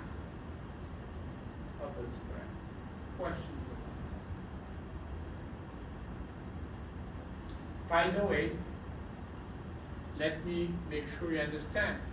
Dealers will increase the spread if the risk of the stock goes up. And they will tend to lower that spread if the risk of the stock goes down. So literally the spread is also a measure of risk, right? But they have a limit to do that, right? Of course, Otherwise, they would just avoid risk of that's exactly right. No, that's exactly right. There's always limits to all of these. But I think I have a picture of what happened to effective spread. We'll see.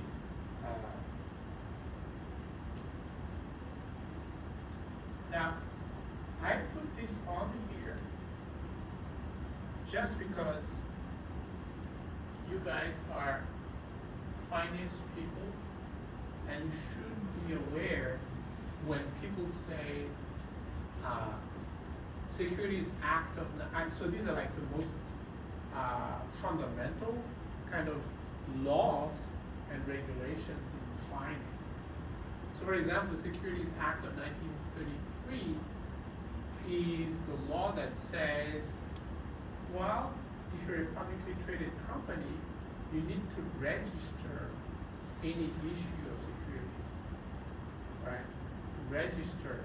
So at that time, it was registering with each state, right?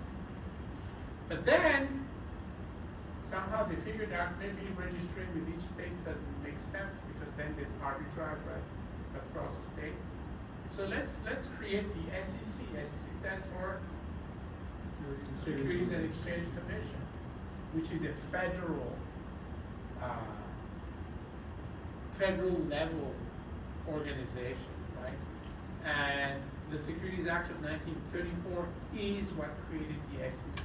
But it's almost like backward, because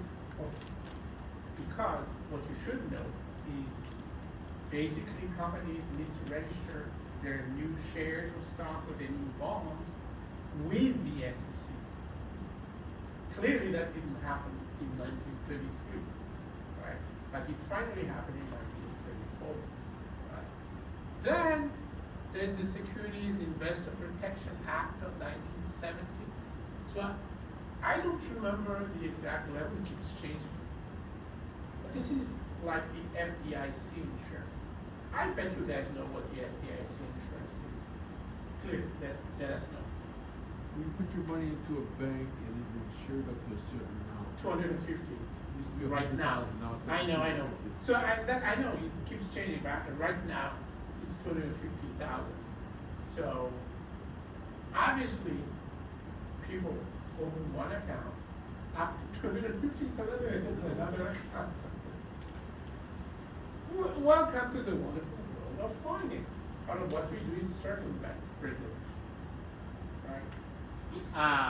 So there's something like that also, but basically, if this is protection not for money in the bank, but money at the broker's account, in your broker's account. That's what this is, right? And then, as far as regulations, FINRA is a very important regulator.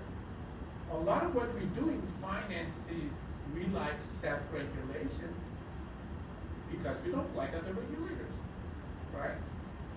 Or government regulators for that. So we sort of preempt, right, whatever governments or the government, as far as the U.S. is concerned,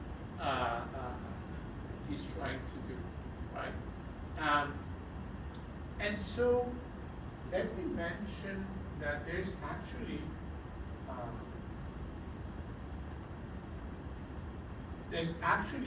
an assignment that's due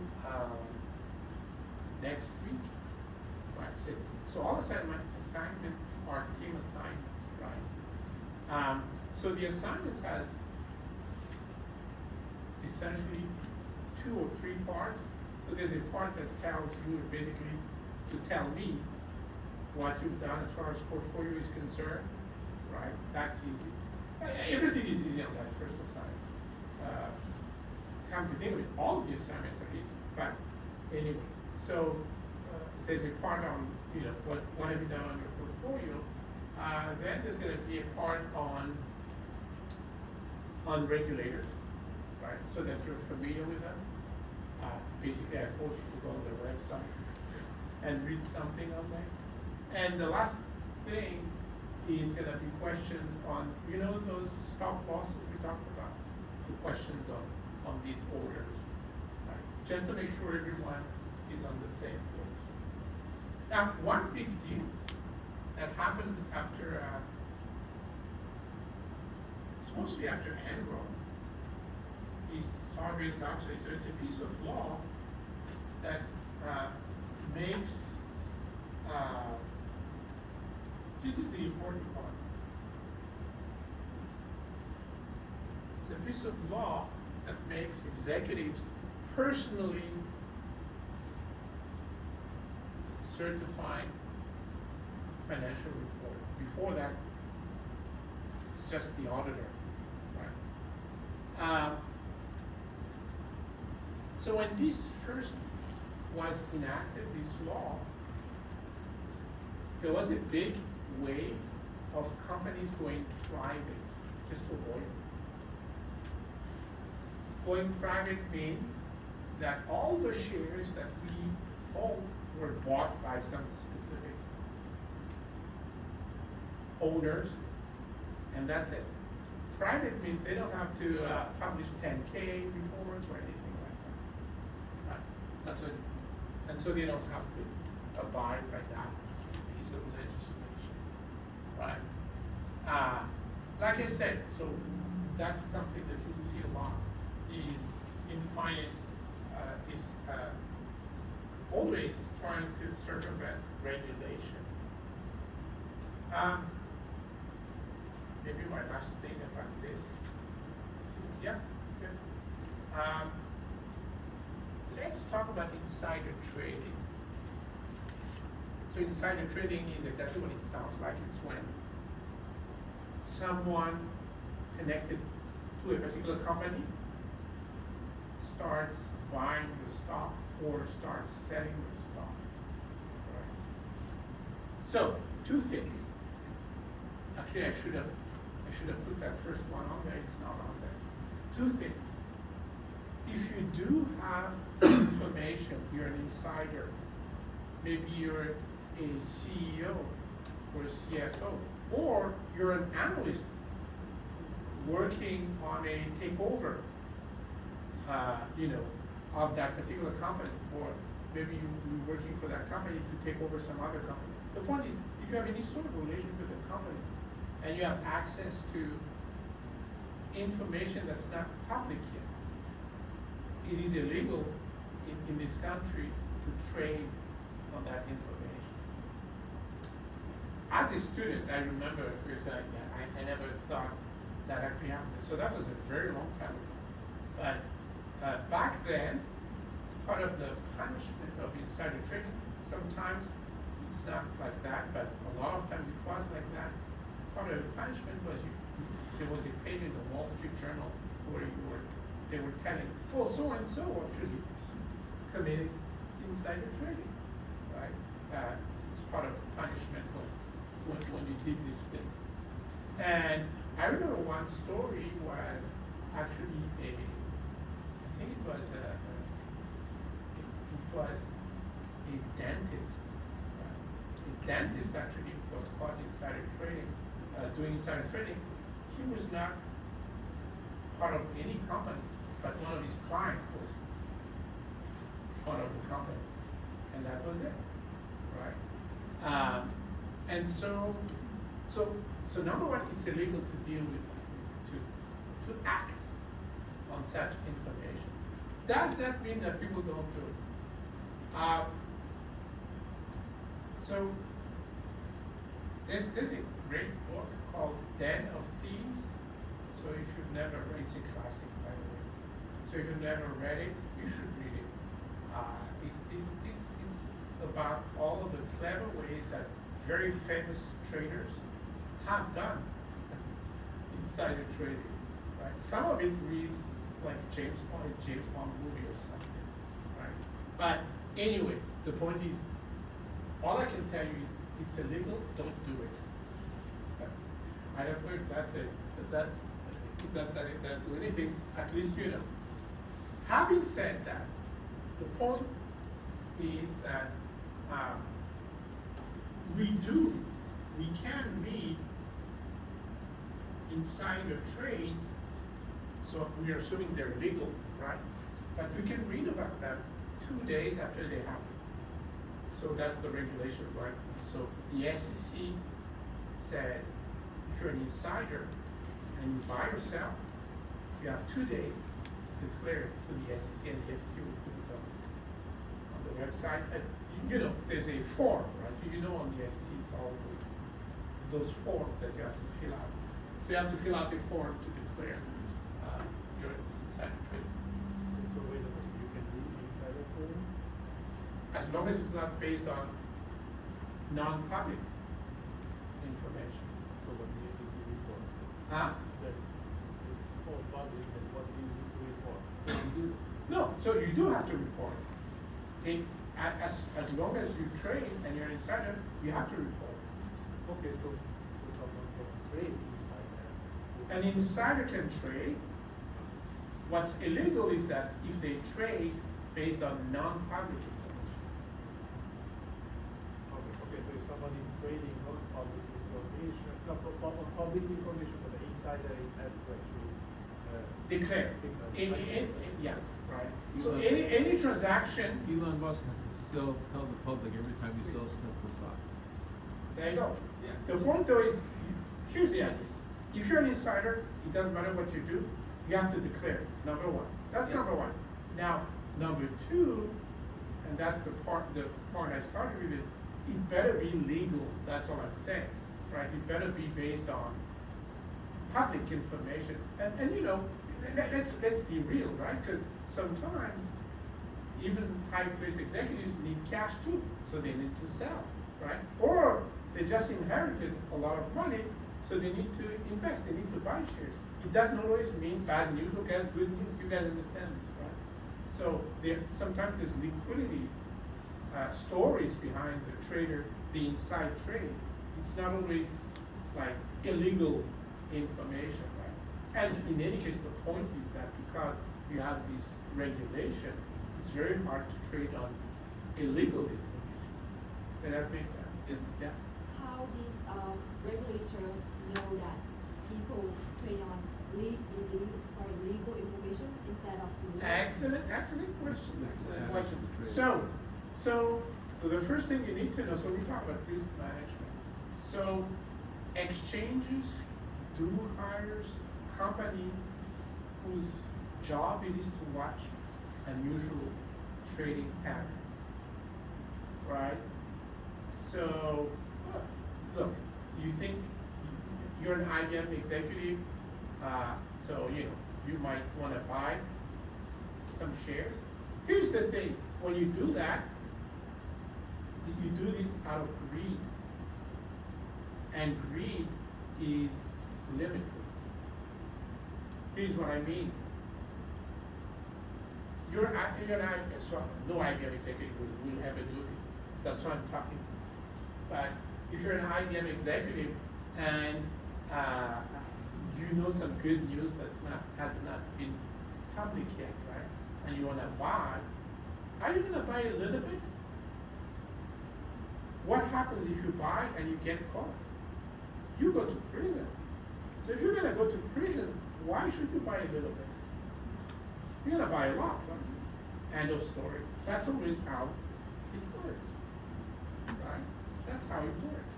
So, That is the thing that, how about like us, is like just involved with a small amount of the quantity of stock of the company. When you do selling or buying, we have to. yeah, but that's the problem is there's many people like us. Yeah, so the C-suite people, there's not a lot of them, so they're very visible. But you're talking about people like us, but there's a lot of people like us working in the same company, and maybe we have access to the same information. So it's not just you. It's also, I don't want to be part of the money So making maybe machine. with a small amount, you Yes. don't have to declare.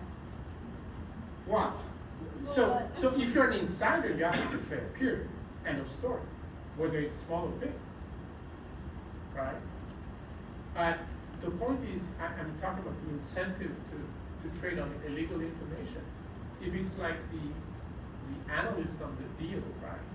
The analyst on the deal, so they're not gonna do it directly, they're gonna tell their friends, etc. And you know, the market watchers, they do not just watch the market for the stock for IBM. They watch the market for IBM put options, for IBM call options, because of course insider traders also trade through these. The local story. Yeah. 30 years ago, I was working in the ICU in Norwell Hospital, about 10 miles down the road. Yeah. There was a company called Implon. Remember that story? Inclone, yeah. Well, one of the surgeons there was a horrible surgeon. We called him Blackfoot Park, but he was one of the people who had access to the information that the thing didn't work before it went public. Yeah. So he told Martha Stewart, because he wanted to be Martha Stewart's friend. Him and they were all part of the Westport thing. There you go. Martha Stewart bought the stock. Yeah. Did the problem, denied everything, and that's what she went to jail for. Yeah. That's true. Yeah. Professor, is this regulation, is it only based for those in the corporate world? What about the public sector? Yeah, this is for the corporate world. Yeah, because take for example, prior to the imposition of tariff, you know, there was so much sell-off. So by Actually, a lot of Congress people benefited from it. exactly, so that's what I'm saying. They're free to do so. Okay. They're free to do so. Wow. Yeah, Wow. exactly. Well, that's the way it is. So it's a case of corporations being more regulated than the government, right? Of course, yeah. So insider trading is only like relative to a company that you're a part of? Or Yes, connected that's it. to? So you don't have to be a part of it. So in the story I was telling you guys, Yeah. it's a dentist was not part of any company, but one of his clients was an executive in the company. His client was blabbing about some deal, and this dentist took it on himself to benefit from it, and he got caught. So that's insider trading means trading the illegal type is trading based on inside information that has not been publicized yet. But if you have that information and then you make a trade with a different company based off of the information that's about your connected company? Same thing. Okay. Same thing. Oh yeah, I think you're right for den of thieves. It's one of my favorite books. They've done some. Yeah. Anything clever we can think of, they've done 10 times. I kid you not, it reads like a James Bond. You know, one of the most famous traders of all time is someone called Ivan Boesky. And I know of him in particular because he graduated from his school that I graduated from. But at some point he had villas all over the world in France and all of that. And he was what was known as an arbitrageur. Arbitrageur means what you guys have heard of, a buy low, sell high kind of deal. But a lot of what he did, it turns out, was insider trading, right?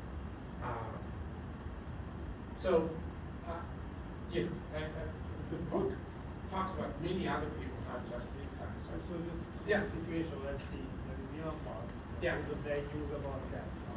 So Yeah. you cannot trade on that. He has to wait up until the next quarterly report. After that came out and the bad news is good, and then Yeah. you can trade. Yes. So practically the way he's supposed to act. That's what he's supposed to be doing. Oh, absolutely. Now, when you choose, so one of the reasons I'm talking about this is because this is still true.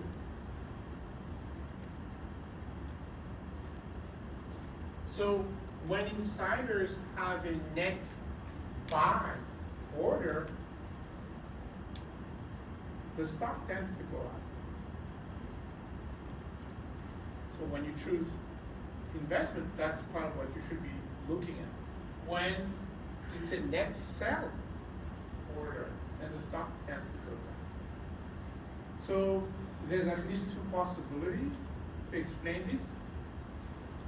It almost doesn't matter why this is true, because as long as this pattern persists, then we can use it to our advantage, correct? Right? But let me at least explain those two possible reasons.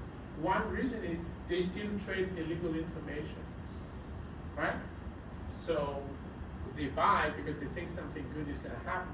So they buy before it's publicized, and then the stock price goes up, right? That's one explanation. There's another explanation, which is that we outsiders are the ones interpreting what they do, right? We think they know something when they buy, so what do? We buy, and so the stock price goes up. You guys understand it? So it's a self-fulfilling. That's a lot of what happens in finance, self-fulfilling prophecies. An analyst goes on TV and says IBM is great. There's no way of knowing whether the analyst was unbelievably good, or it's just because he said it, because if he's unbelievably good and then he gets right, that's a possibility. But there's the other possibility. He just said it on Bloomberg or CNBC. People listened and they bought. That's it. Right? So it's a self-fulfilling prophecy as well. So the truth is probably, as usual, a mix of the two, right? And with that, you also then understand the motivation, if you manage risk, to monitor news about the stock. Does that make sense? You want to monitor news. And so, with that, I want to basically go ahead and at least get started on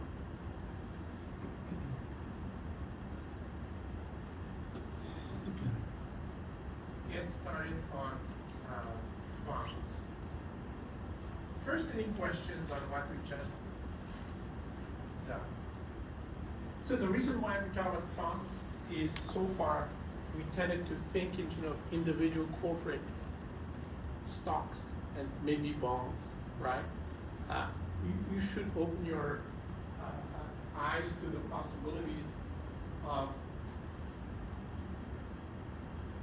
investing in funds, right? So we're gonna quickly go through like different kinds of what's known as investment companies, basically funds, but we're really gonna focus more on mutual funds, right? And let's start doing that. So a fund, you know what it is. It's just money from different individual investors put together, right? And why would that be interesting? So one thing that people don't realize is, so we know diversification, we all know that. What we don't realize is the visibility. Funds are indirect ways of buying fractions of shares. Now, let me tell you, before I go further, some brokers do allow institutions and sometimes individuals to buy fractions of shares, but execution is not so good with that, right? Some brokers will allow you to, I don't know, how much is, can someone check Berkshire Hathaway share? $80,000. $80,000, okay, $80,000. So some broker, not all, but some broker will allow you to pay $10,000. So it's like 1/8 of a share. It's not routine, but sometimes they allow it.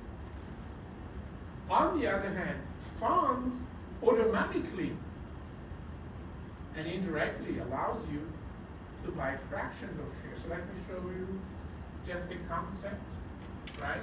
Let's say this is a mutual fund. These are the assets of the mutual fund. It's exactly one IBM share. So that's the asset of the mutual fund.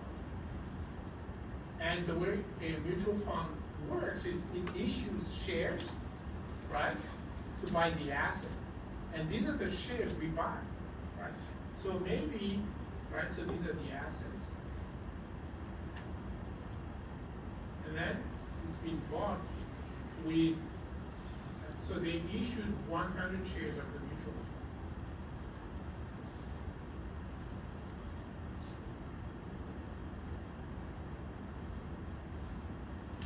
So if you look at the picture, automatically then, whenever we buy one share of fund, we're buying how much share of IBM?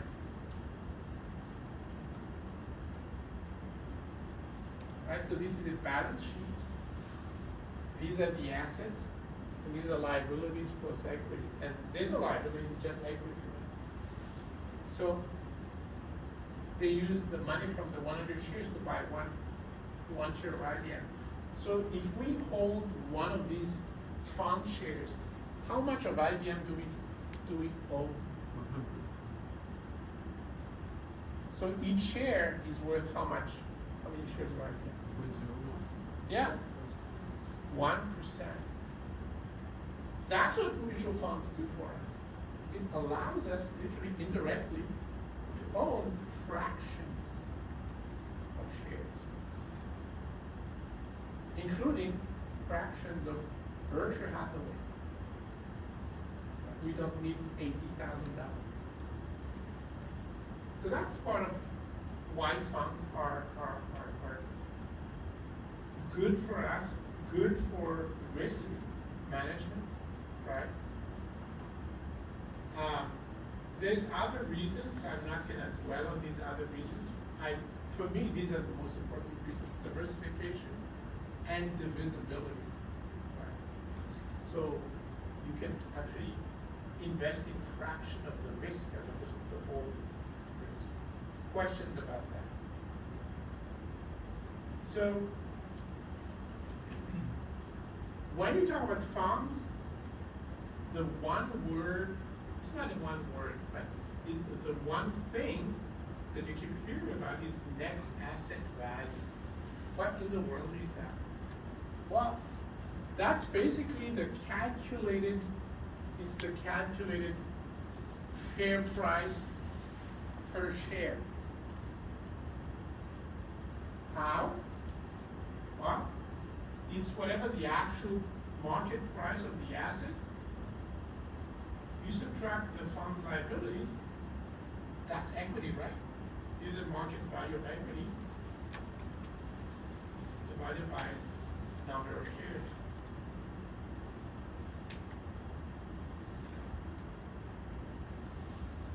Let's remember that, net asset value. It's going to be critical in a few minutes. Right. Any questions about the concept? So net asset value is simply the market value of equity, meaning market value of assets, fund assets minus liabilities, then divided by the number of outstanding shares. So I was saying, let's talk about different kinds of funds. Before talking about mutual funds, we need to know that there's something called unit investment trust. All right? And I think the best thing to do is to just look at what Edward Jones, which is one of the better known brokers, right?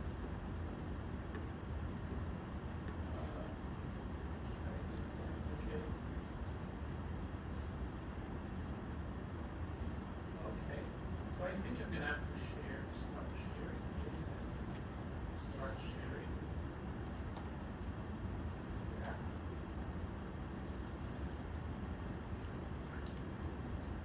So, I don't know if you guys can read me.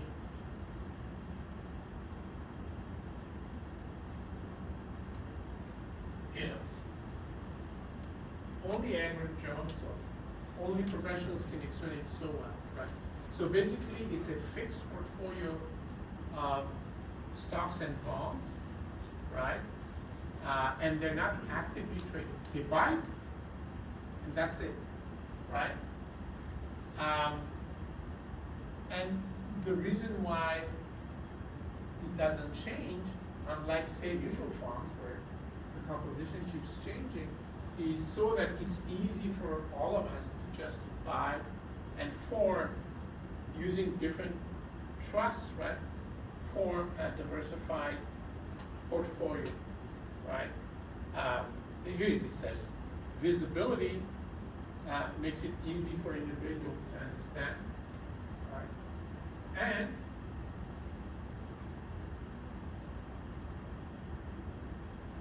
most trusts, of course, are stocks or bond trusts.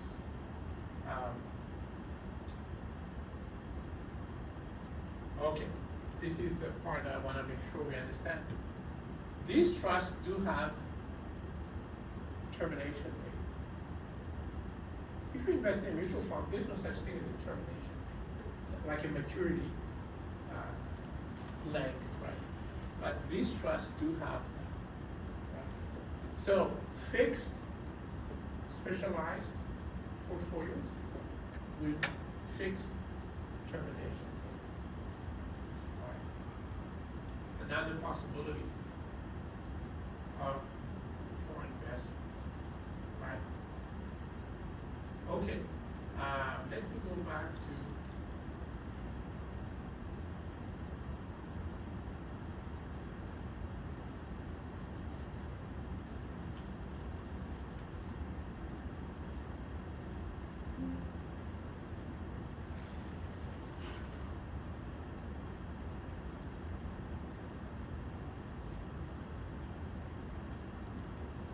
try to share the slides again. And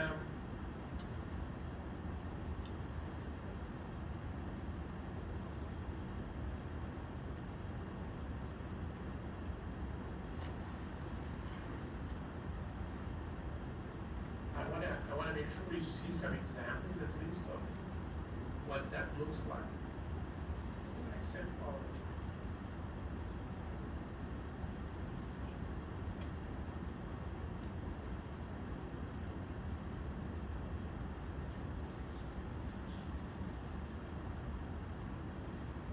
So here's some examples, right?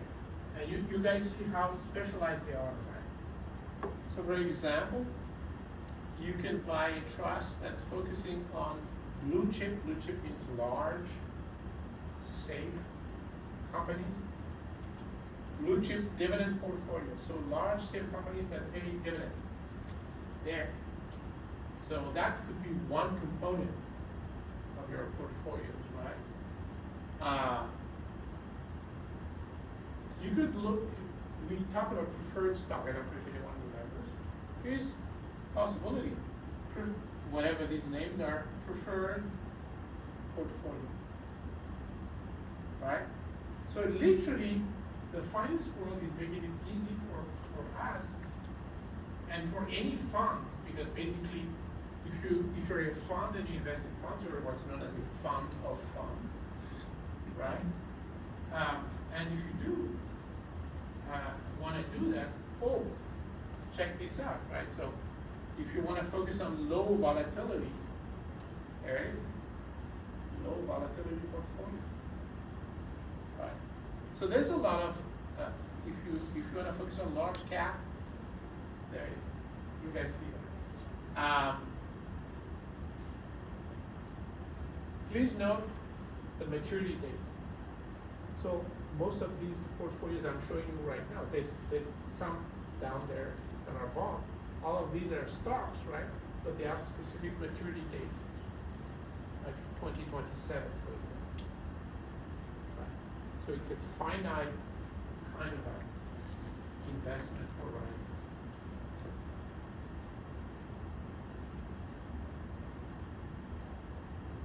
Okay, so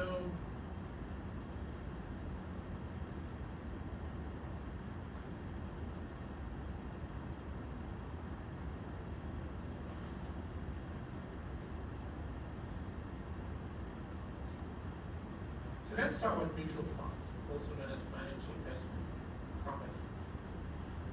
And this explains why net asset value is critical. So actually there's two kinds of mutual funds. What's known as open-ended mutual funds and closed-ended mutual funds, right? When you hear people talk about mutual funds, they're really talking about open-ended mutual funds. The vast majority of mutual funds are open-ended.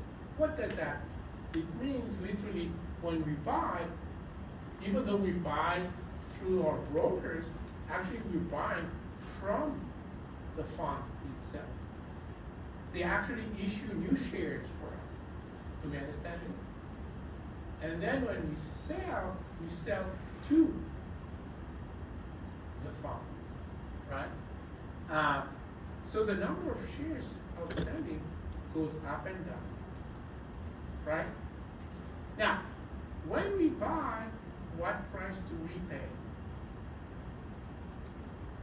Remember, we buy from the fund. And when we sell, what price do we get? We sell to the fund. There's no market price. Do we understand this? This is where net asset value comes into play. So at the end of every trading day, the net asset value of every open-ended fund is computed based on the actual prices of the actual stocks that they have, right? So when we buy, we end up paying that price, that net asset value. And when we sell at that price, the net asset value. Questions about that? On the other hand, closed-ended funds are funds literally that issue shares like a regular business, and that's that. Then when we buy from some other people who already have the stock. Just like IBM, right? When we buy IBM shares, it's from someone else who has IBM shares. It's not from IBM, correct? And same thing when we sell, right? We're selling to someone else, not to IBM. And so automatically, of course, there's a market price for that because we are the market, right? IBM has nothing to do with it. Well, all closed-ended funds work exactly like that.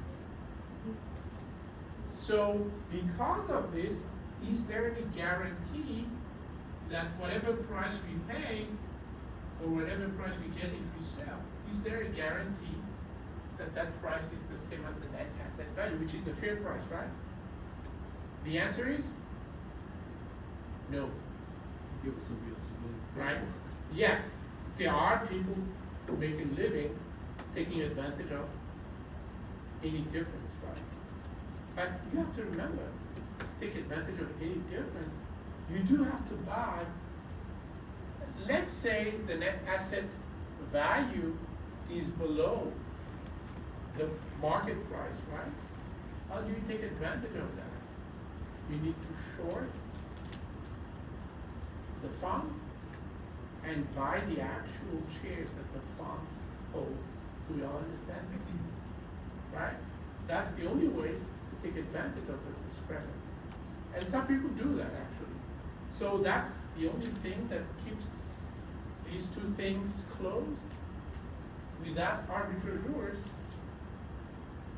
this price could be totally disconnected from the net asset value.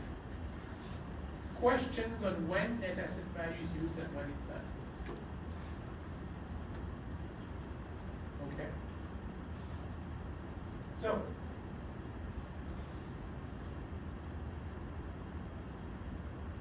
yeah, so I have already mentioned this. This is just repeating what I said, which is you trade with the fund, right? And that they're a lot more popular than closed-ended mutual funds. Some jargon that you need to be familiar with, because sometimes we talk about commingled funds. So the first thing is, that really has nothing to do with regular investors.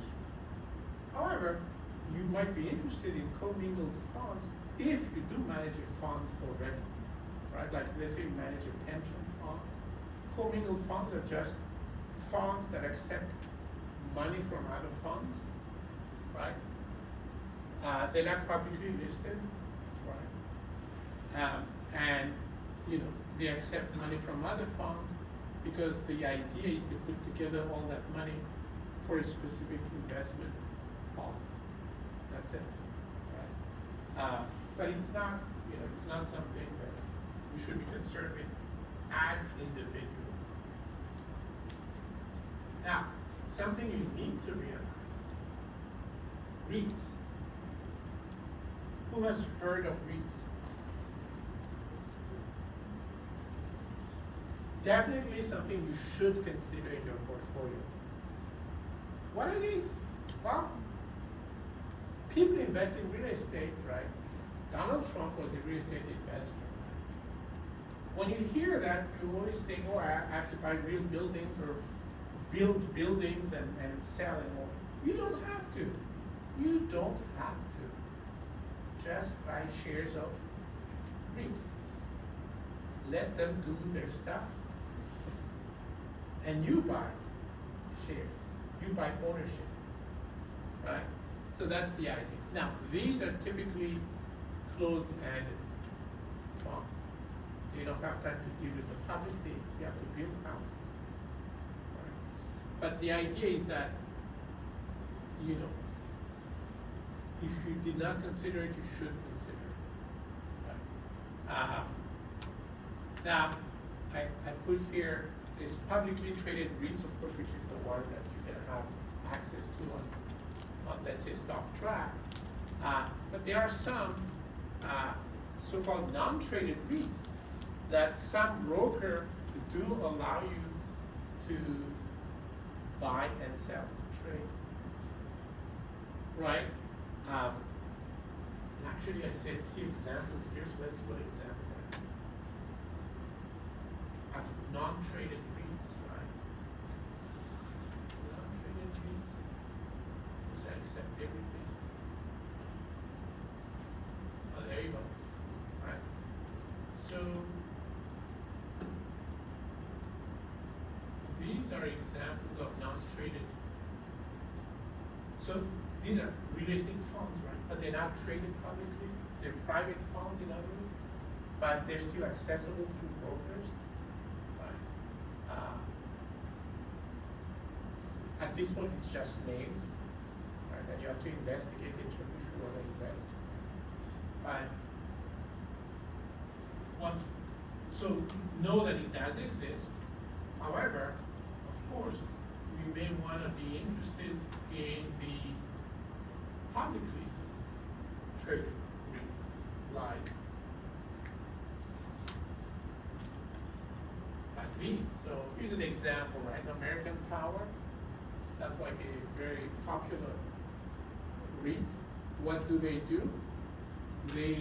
They're a developer of multi-tenant communications real estate with a portfolio of over 224,000 communication sites. So it's a huge real estate firm, real estate owner, right? You know, and it's like any other stock, right? You can see out here the very tight bid-ask spread, right?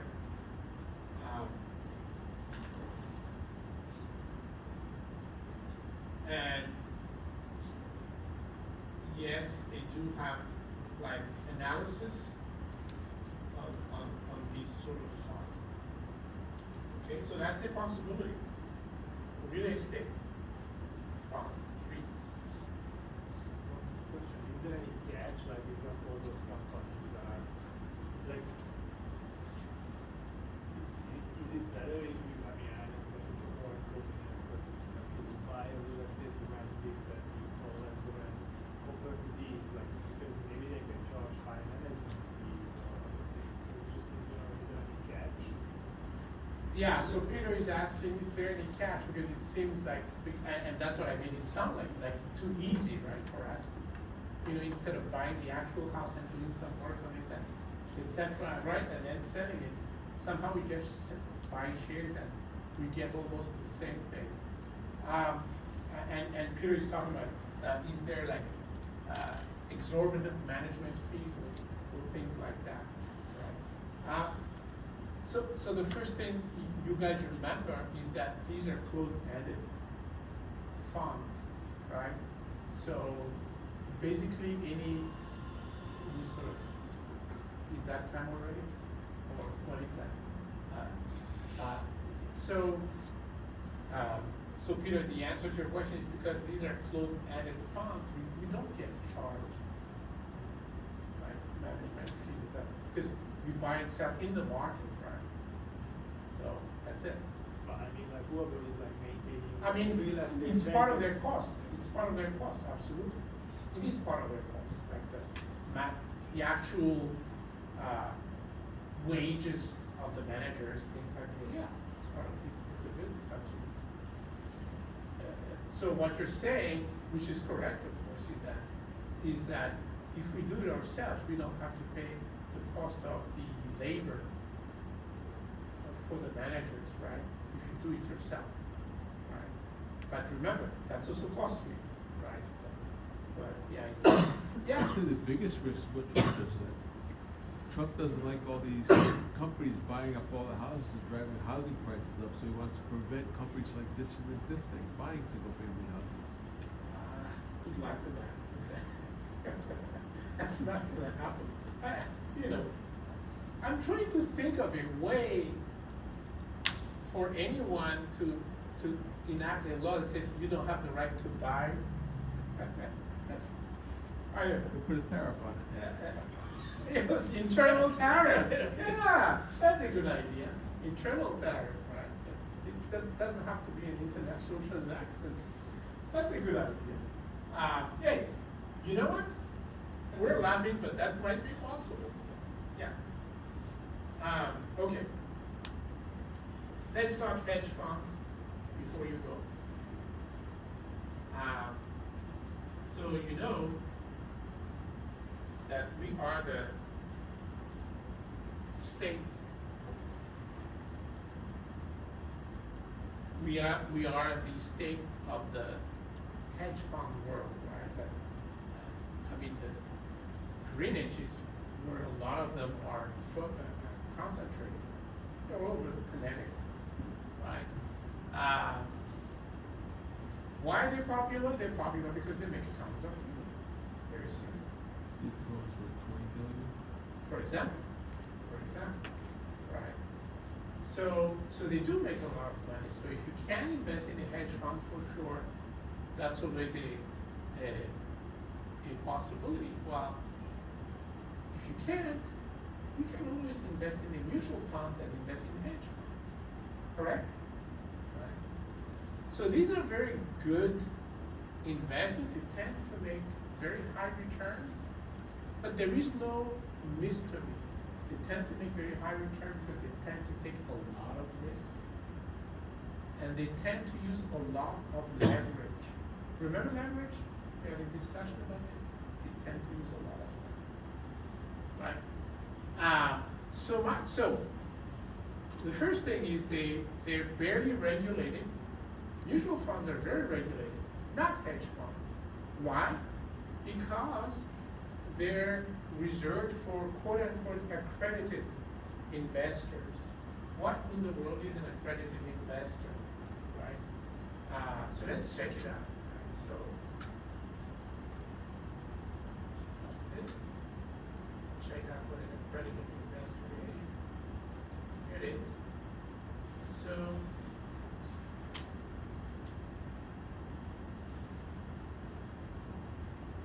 So an accredited investor could be any bank, that's fine. Private business, that's fine. Organization, and I'm looking for individuals. So here's an individual, natural person, that's an individual. Your net worth has to exceed $1 million, right? The whole idea is that it's okay if you lose money, if you're not gonna hurt, right? because it's risky, that's not likely. So, your net worth has to exceed $1 million, or, here's another one, natural person, but your income was more than $200,000 in the 2 most recent years. So that's accredited investor. So if you expected accredited investors to be some sort of a knowledge thing, like you have to have, I don't know, a degree or something. No, it's more about money, right? You have to be worth $1 million, or have earned $200,000 per year for the last 2 years. Right? So that's basically what it is. Now,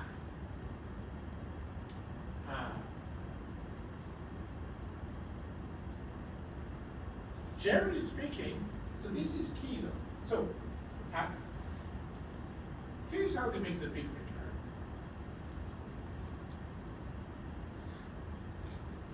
Heavy use of derivatives, right? Derivatives by construction, and some of you may already know, some of you may not realize, derivatives are already leveraged instruments, right? So for example, I can buy one IBM share, I don't know how much IBM is now, let's say 280 or something, or 90. How much is it, by the way? Just, I keep saying IBM. 294, thank you. So I could have $294 and IBM goes up at $1 tomorrow, and I make a profit of $1 out of an investment of 294, right? Whatever that return is, right? 1 divided by 294. But I could buy a 10-cent IBM call option with a strike price of 295, and I still make that $1, but my investment was not 294, it was 10 cents. That's leverage. You guys understand this? Same dollar profit, minimal investment. That's what derivatives allow you to do when you use it for investment purpose rather than hedging, right? Of course, we know that short sales is leveraged, and of course, buying on margin is leveraged. This is how they make these exorbitant returns. One catch.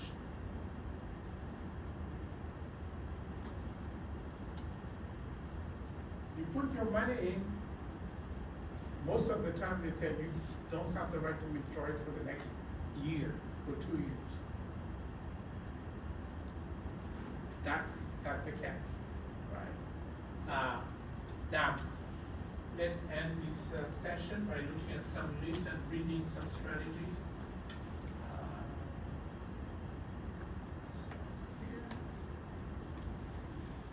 Here, short list. Okay, now.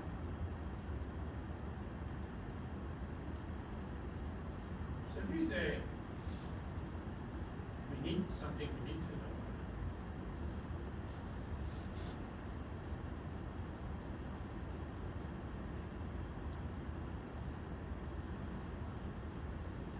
So definitely Bridgewater Associate is nearby, right? But this is a list of the top 10. I think this list was as of sometime last year, and the official assets under management is like, from 40 to 89 billion dollars. But when you actually look at Form 13F of a lot of these funds, Form 13F, so a lot of these funds actually do have to declare what they're holding every quarter.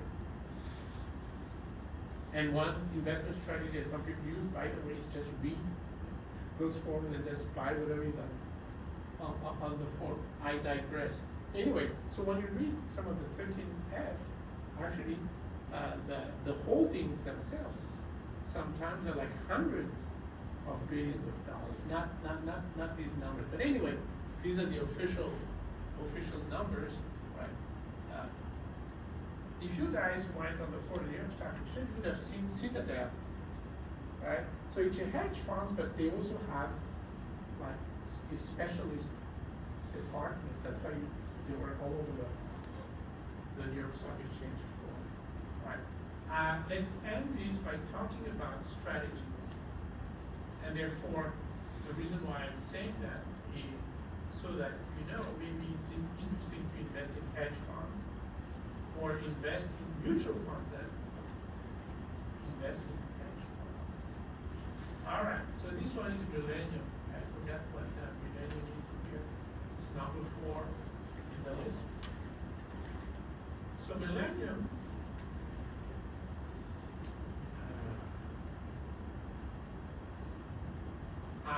this is what I was looking for, strategies. And we can add it here. So they use like 5 categories of strategies, right? So one is fundamental equity. That's stock investing that we're familiar with, right?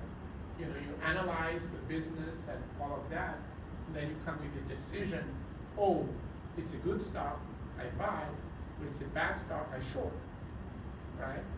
That's fundamental equity. There's equity arbitrage. So if you read it, it says, pursue a range of systematic and fundamental arbitrage strategies across the company's capital structure and a variety of derivatives. Amen. What is that? So basically, let's say you have a company, right? It's got stocks, of course. And let's say it's got, I don't know, convertible bond. Who knows what a convertible bond is? You exchange it for stocks. Yeah, so it's a bond, it's a debt instrument, but if you hold it, you can, at some point, convert into shares of stock, right? When would you do that? You would do that obviously when the stock price goes up, correct? So that's the general idea. So these two prices are linked by an equation. It depends on the company, but it's linked by an equation, right? Because the value of the convertible bond does depend on the value of the stock. Do we all agree? Right? By the way, for those of you who want to start thinking of internal derivatives, a convertible bond is what? It's a straight bond, right? Plus a call option to buy the stock. Does that make sense? Yes? No? Can't tell? Right? Because you convert the bond into new shares of stock. Right? So there's a formula, convertible bond formula. So you that links the two, the stock price and convertible bond. And if the equation is not satisfied, like one side is greater than the other one, you short the greater side and you buy the smaller side, and vice versa. You guys understand this? I thought that the result of the bond is the reason why the company they really want to borrow money from. Yeah, they do. So in fact, when the company does it, when they sell the bonds, they, if they sold, let's say, trade bond, maybe bondholders would not be interested. So they add a sweetener. So that's the convertibility into stock, right? Just to try and convince bondholders. But the point I'm making, though, is that technically speaking, there is a mathematical relationship between the value of that convertible bond and the value of the stock itself. Make sense? For example, we know for a fact when the stock price goes up, the value of the convertible bond will go up and vice versa. So there is a mathematical equation. I'm not going to go into that now, but there is a mathematical equation. And when the equation is violated, you can make money, right? Just because, there's a side that's too big and the side, there's an equation. One side is too big, one side is too small. And the idea is you short the side that's too big and you buy the side that's too small. It's essentially an American call option. Yeah, So you could price it through a binomial model when it's Yeah. actually work. yeah. Now, I make it sound easy. It's not that easy because there's a little complication in which I did not tell you guys because it's too late. But I'll tell you just very quickly. Actually, in the US, all convertible bonds are callable by the company. Right? The conversion option works for the investor, correct? But the callability works for the company. I'm not gonna say more, but anyway, that's what they do. You just made it 10 times harder to program. But anyway, the point is there's still an equation there, and arbitrage is about that equation not holding, shorting the high part of the equation long and longing the low part of the equation. They do have fixed income strategies, right?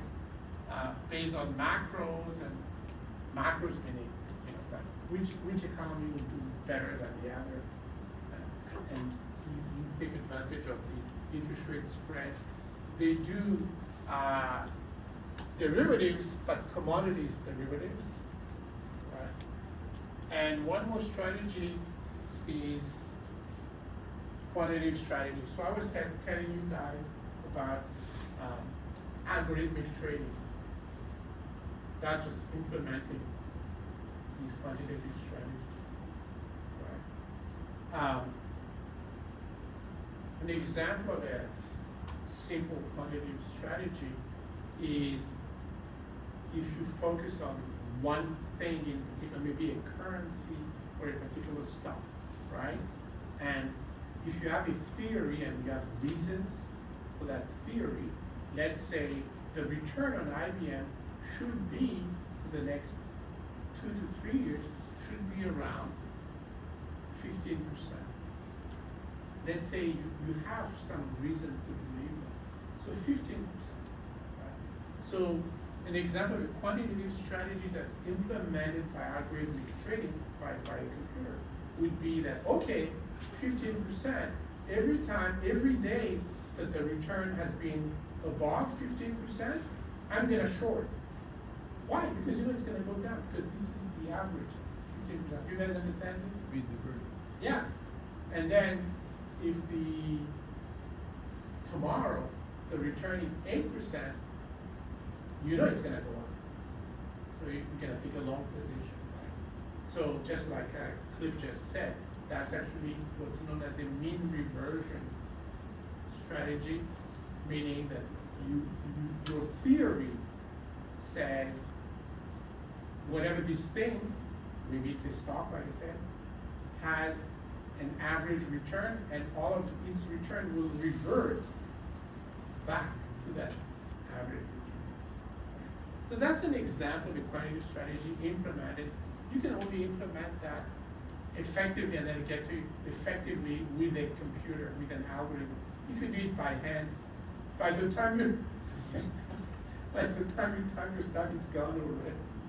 Right? Yep, go for it.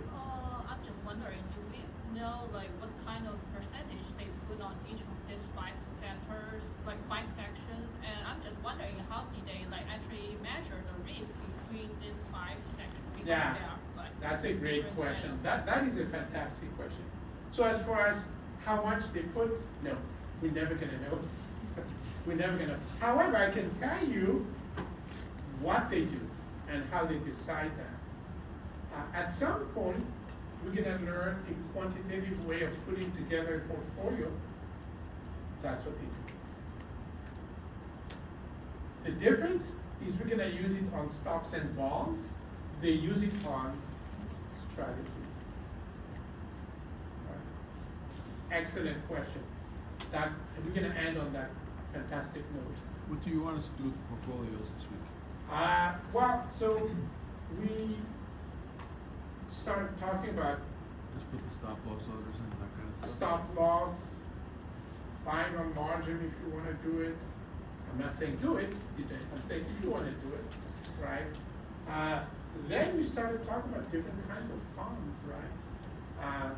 And of course, we just started, there's a lot more. But, you know, I think you know enough already. And if you wanna know more, you can actually go ahead with the deck, but you don't have to. That's the idea. Wait for the optimization before the optimization. No, don't wait. I mean, don't wait for that. Do what is right as soon as you think it's right. Right? That's a great question. So Cliff is saying, should we wait for the portfolio optimization to do what's right? And I say, no, you have to do it right now and revise after every session. That's the idea. Revise the portfolio after every session. Was the initial margin like 50%, so practically you can afford that $1 million, or what's kind of I think you're gonna find it when you try. I don't remember off the top of my head as far as the margin. Was asking about margin. It'll tell you the system. what happens if you get a margin for it? You cannot bring more money, that means it will sell, right? So you have to sell. Oh, it doesn't sell? No. You have to sell something in your portfolio to pay for the margin. Okay, because normally if you don't feel the margin, you have the brokerage company will sell it. So I don't know if stock track will do it, but for sure, any money you have to pay, you have to find. Okay. Right? Actually, was assignment one specific. Oh, yeah, okay, that's a good point. So assignment one, let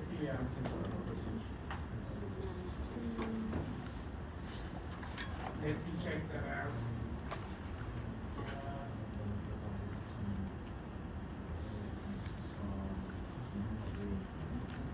Yeah, so assignment one, first question, explain the objective you're trying to achieve when you first created your stock track portfolio. Right, so that's the first question. So that's self-explanatory, I suppose, right? I asked you guys pretty much the same question when we started this session, except that you need to develop your answers a little bit more, right? But that's the first question, right? So, for those of you who don't know, is that in, which folder is this in? I forget. It's in week Week 3. Week 3 folder, right? Question 2, go to the SEC and answer questions like, what's the mission? What information and advice do they give beginning investors? And We the can only open reason- this up now, right now, it's not gonna, there's You no have time. limited. There is Huh? no time limit, right? If you open. No, these are assignments, they're not quizzes, right? The time limit is, it's due next week, that's the time limit. You should be able to open it It's just one without. submission per group. Huh? One submission per group. One submission per group, absolutely, right? So question 2 is, go to the SEC website, what's their mission? What advice do they give beginners? Same thing, go to the FINRA website, what's their mission? What advice do they give beginners? And you'll find one thing. This sounds very similar. Except one is a government agency, and the other one is from the finance industry, right?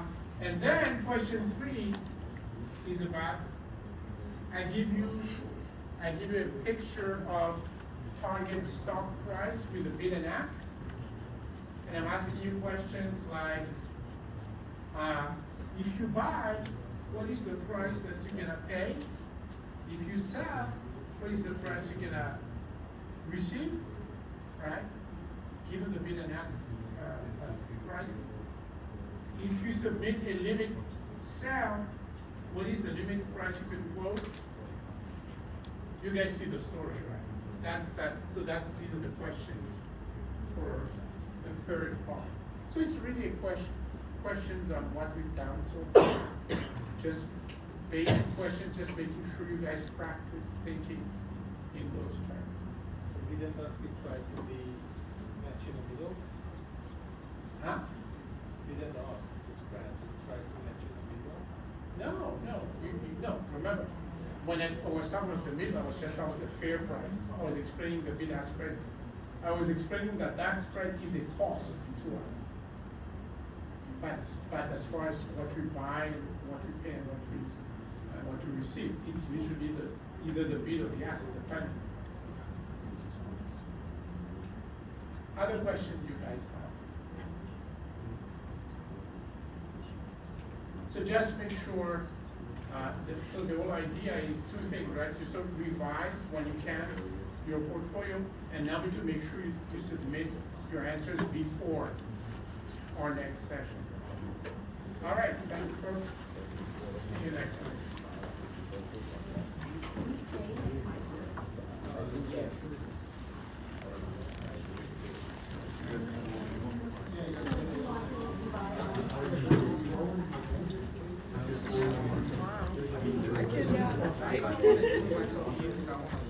I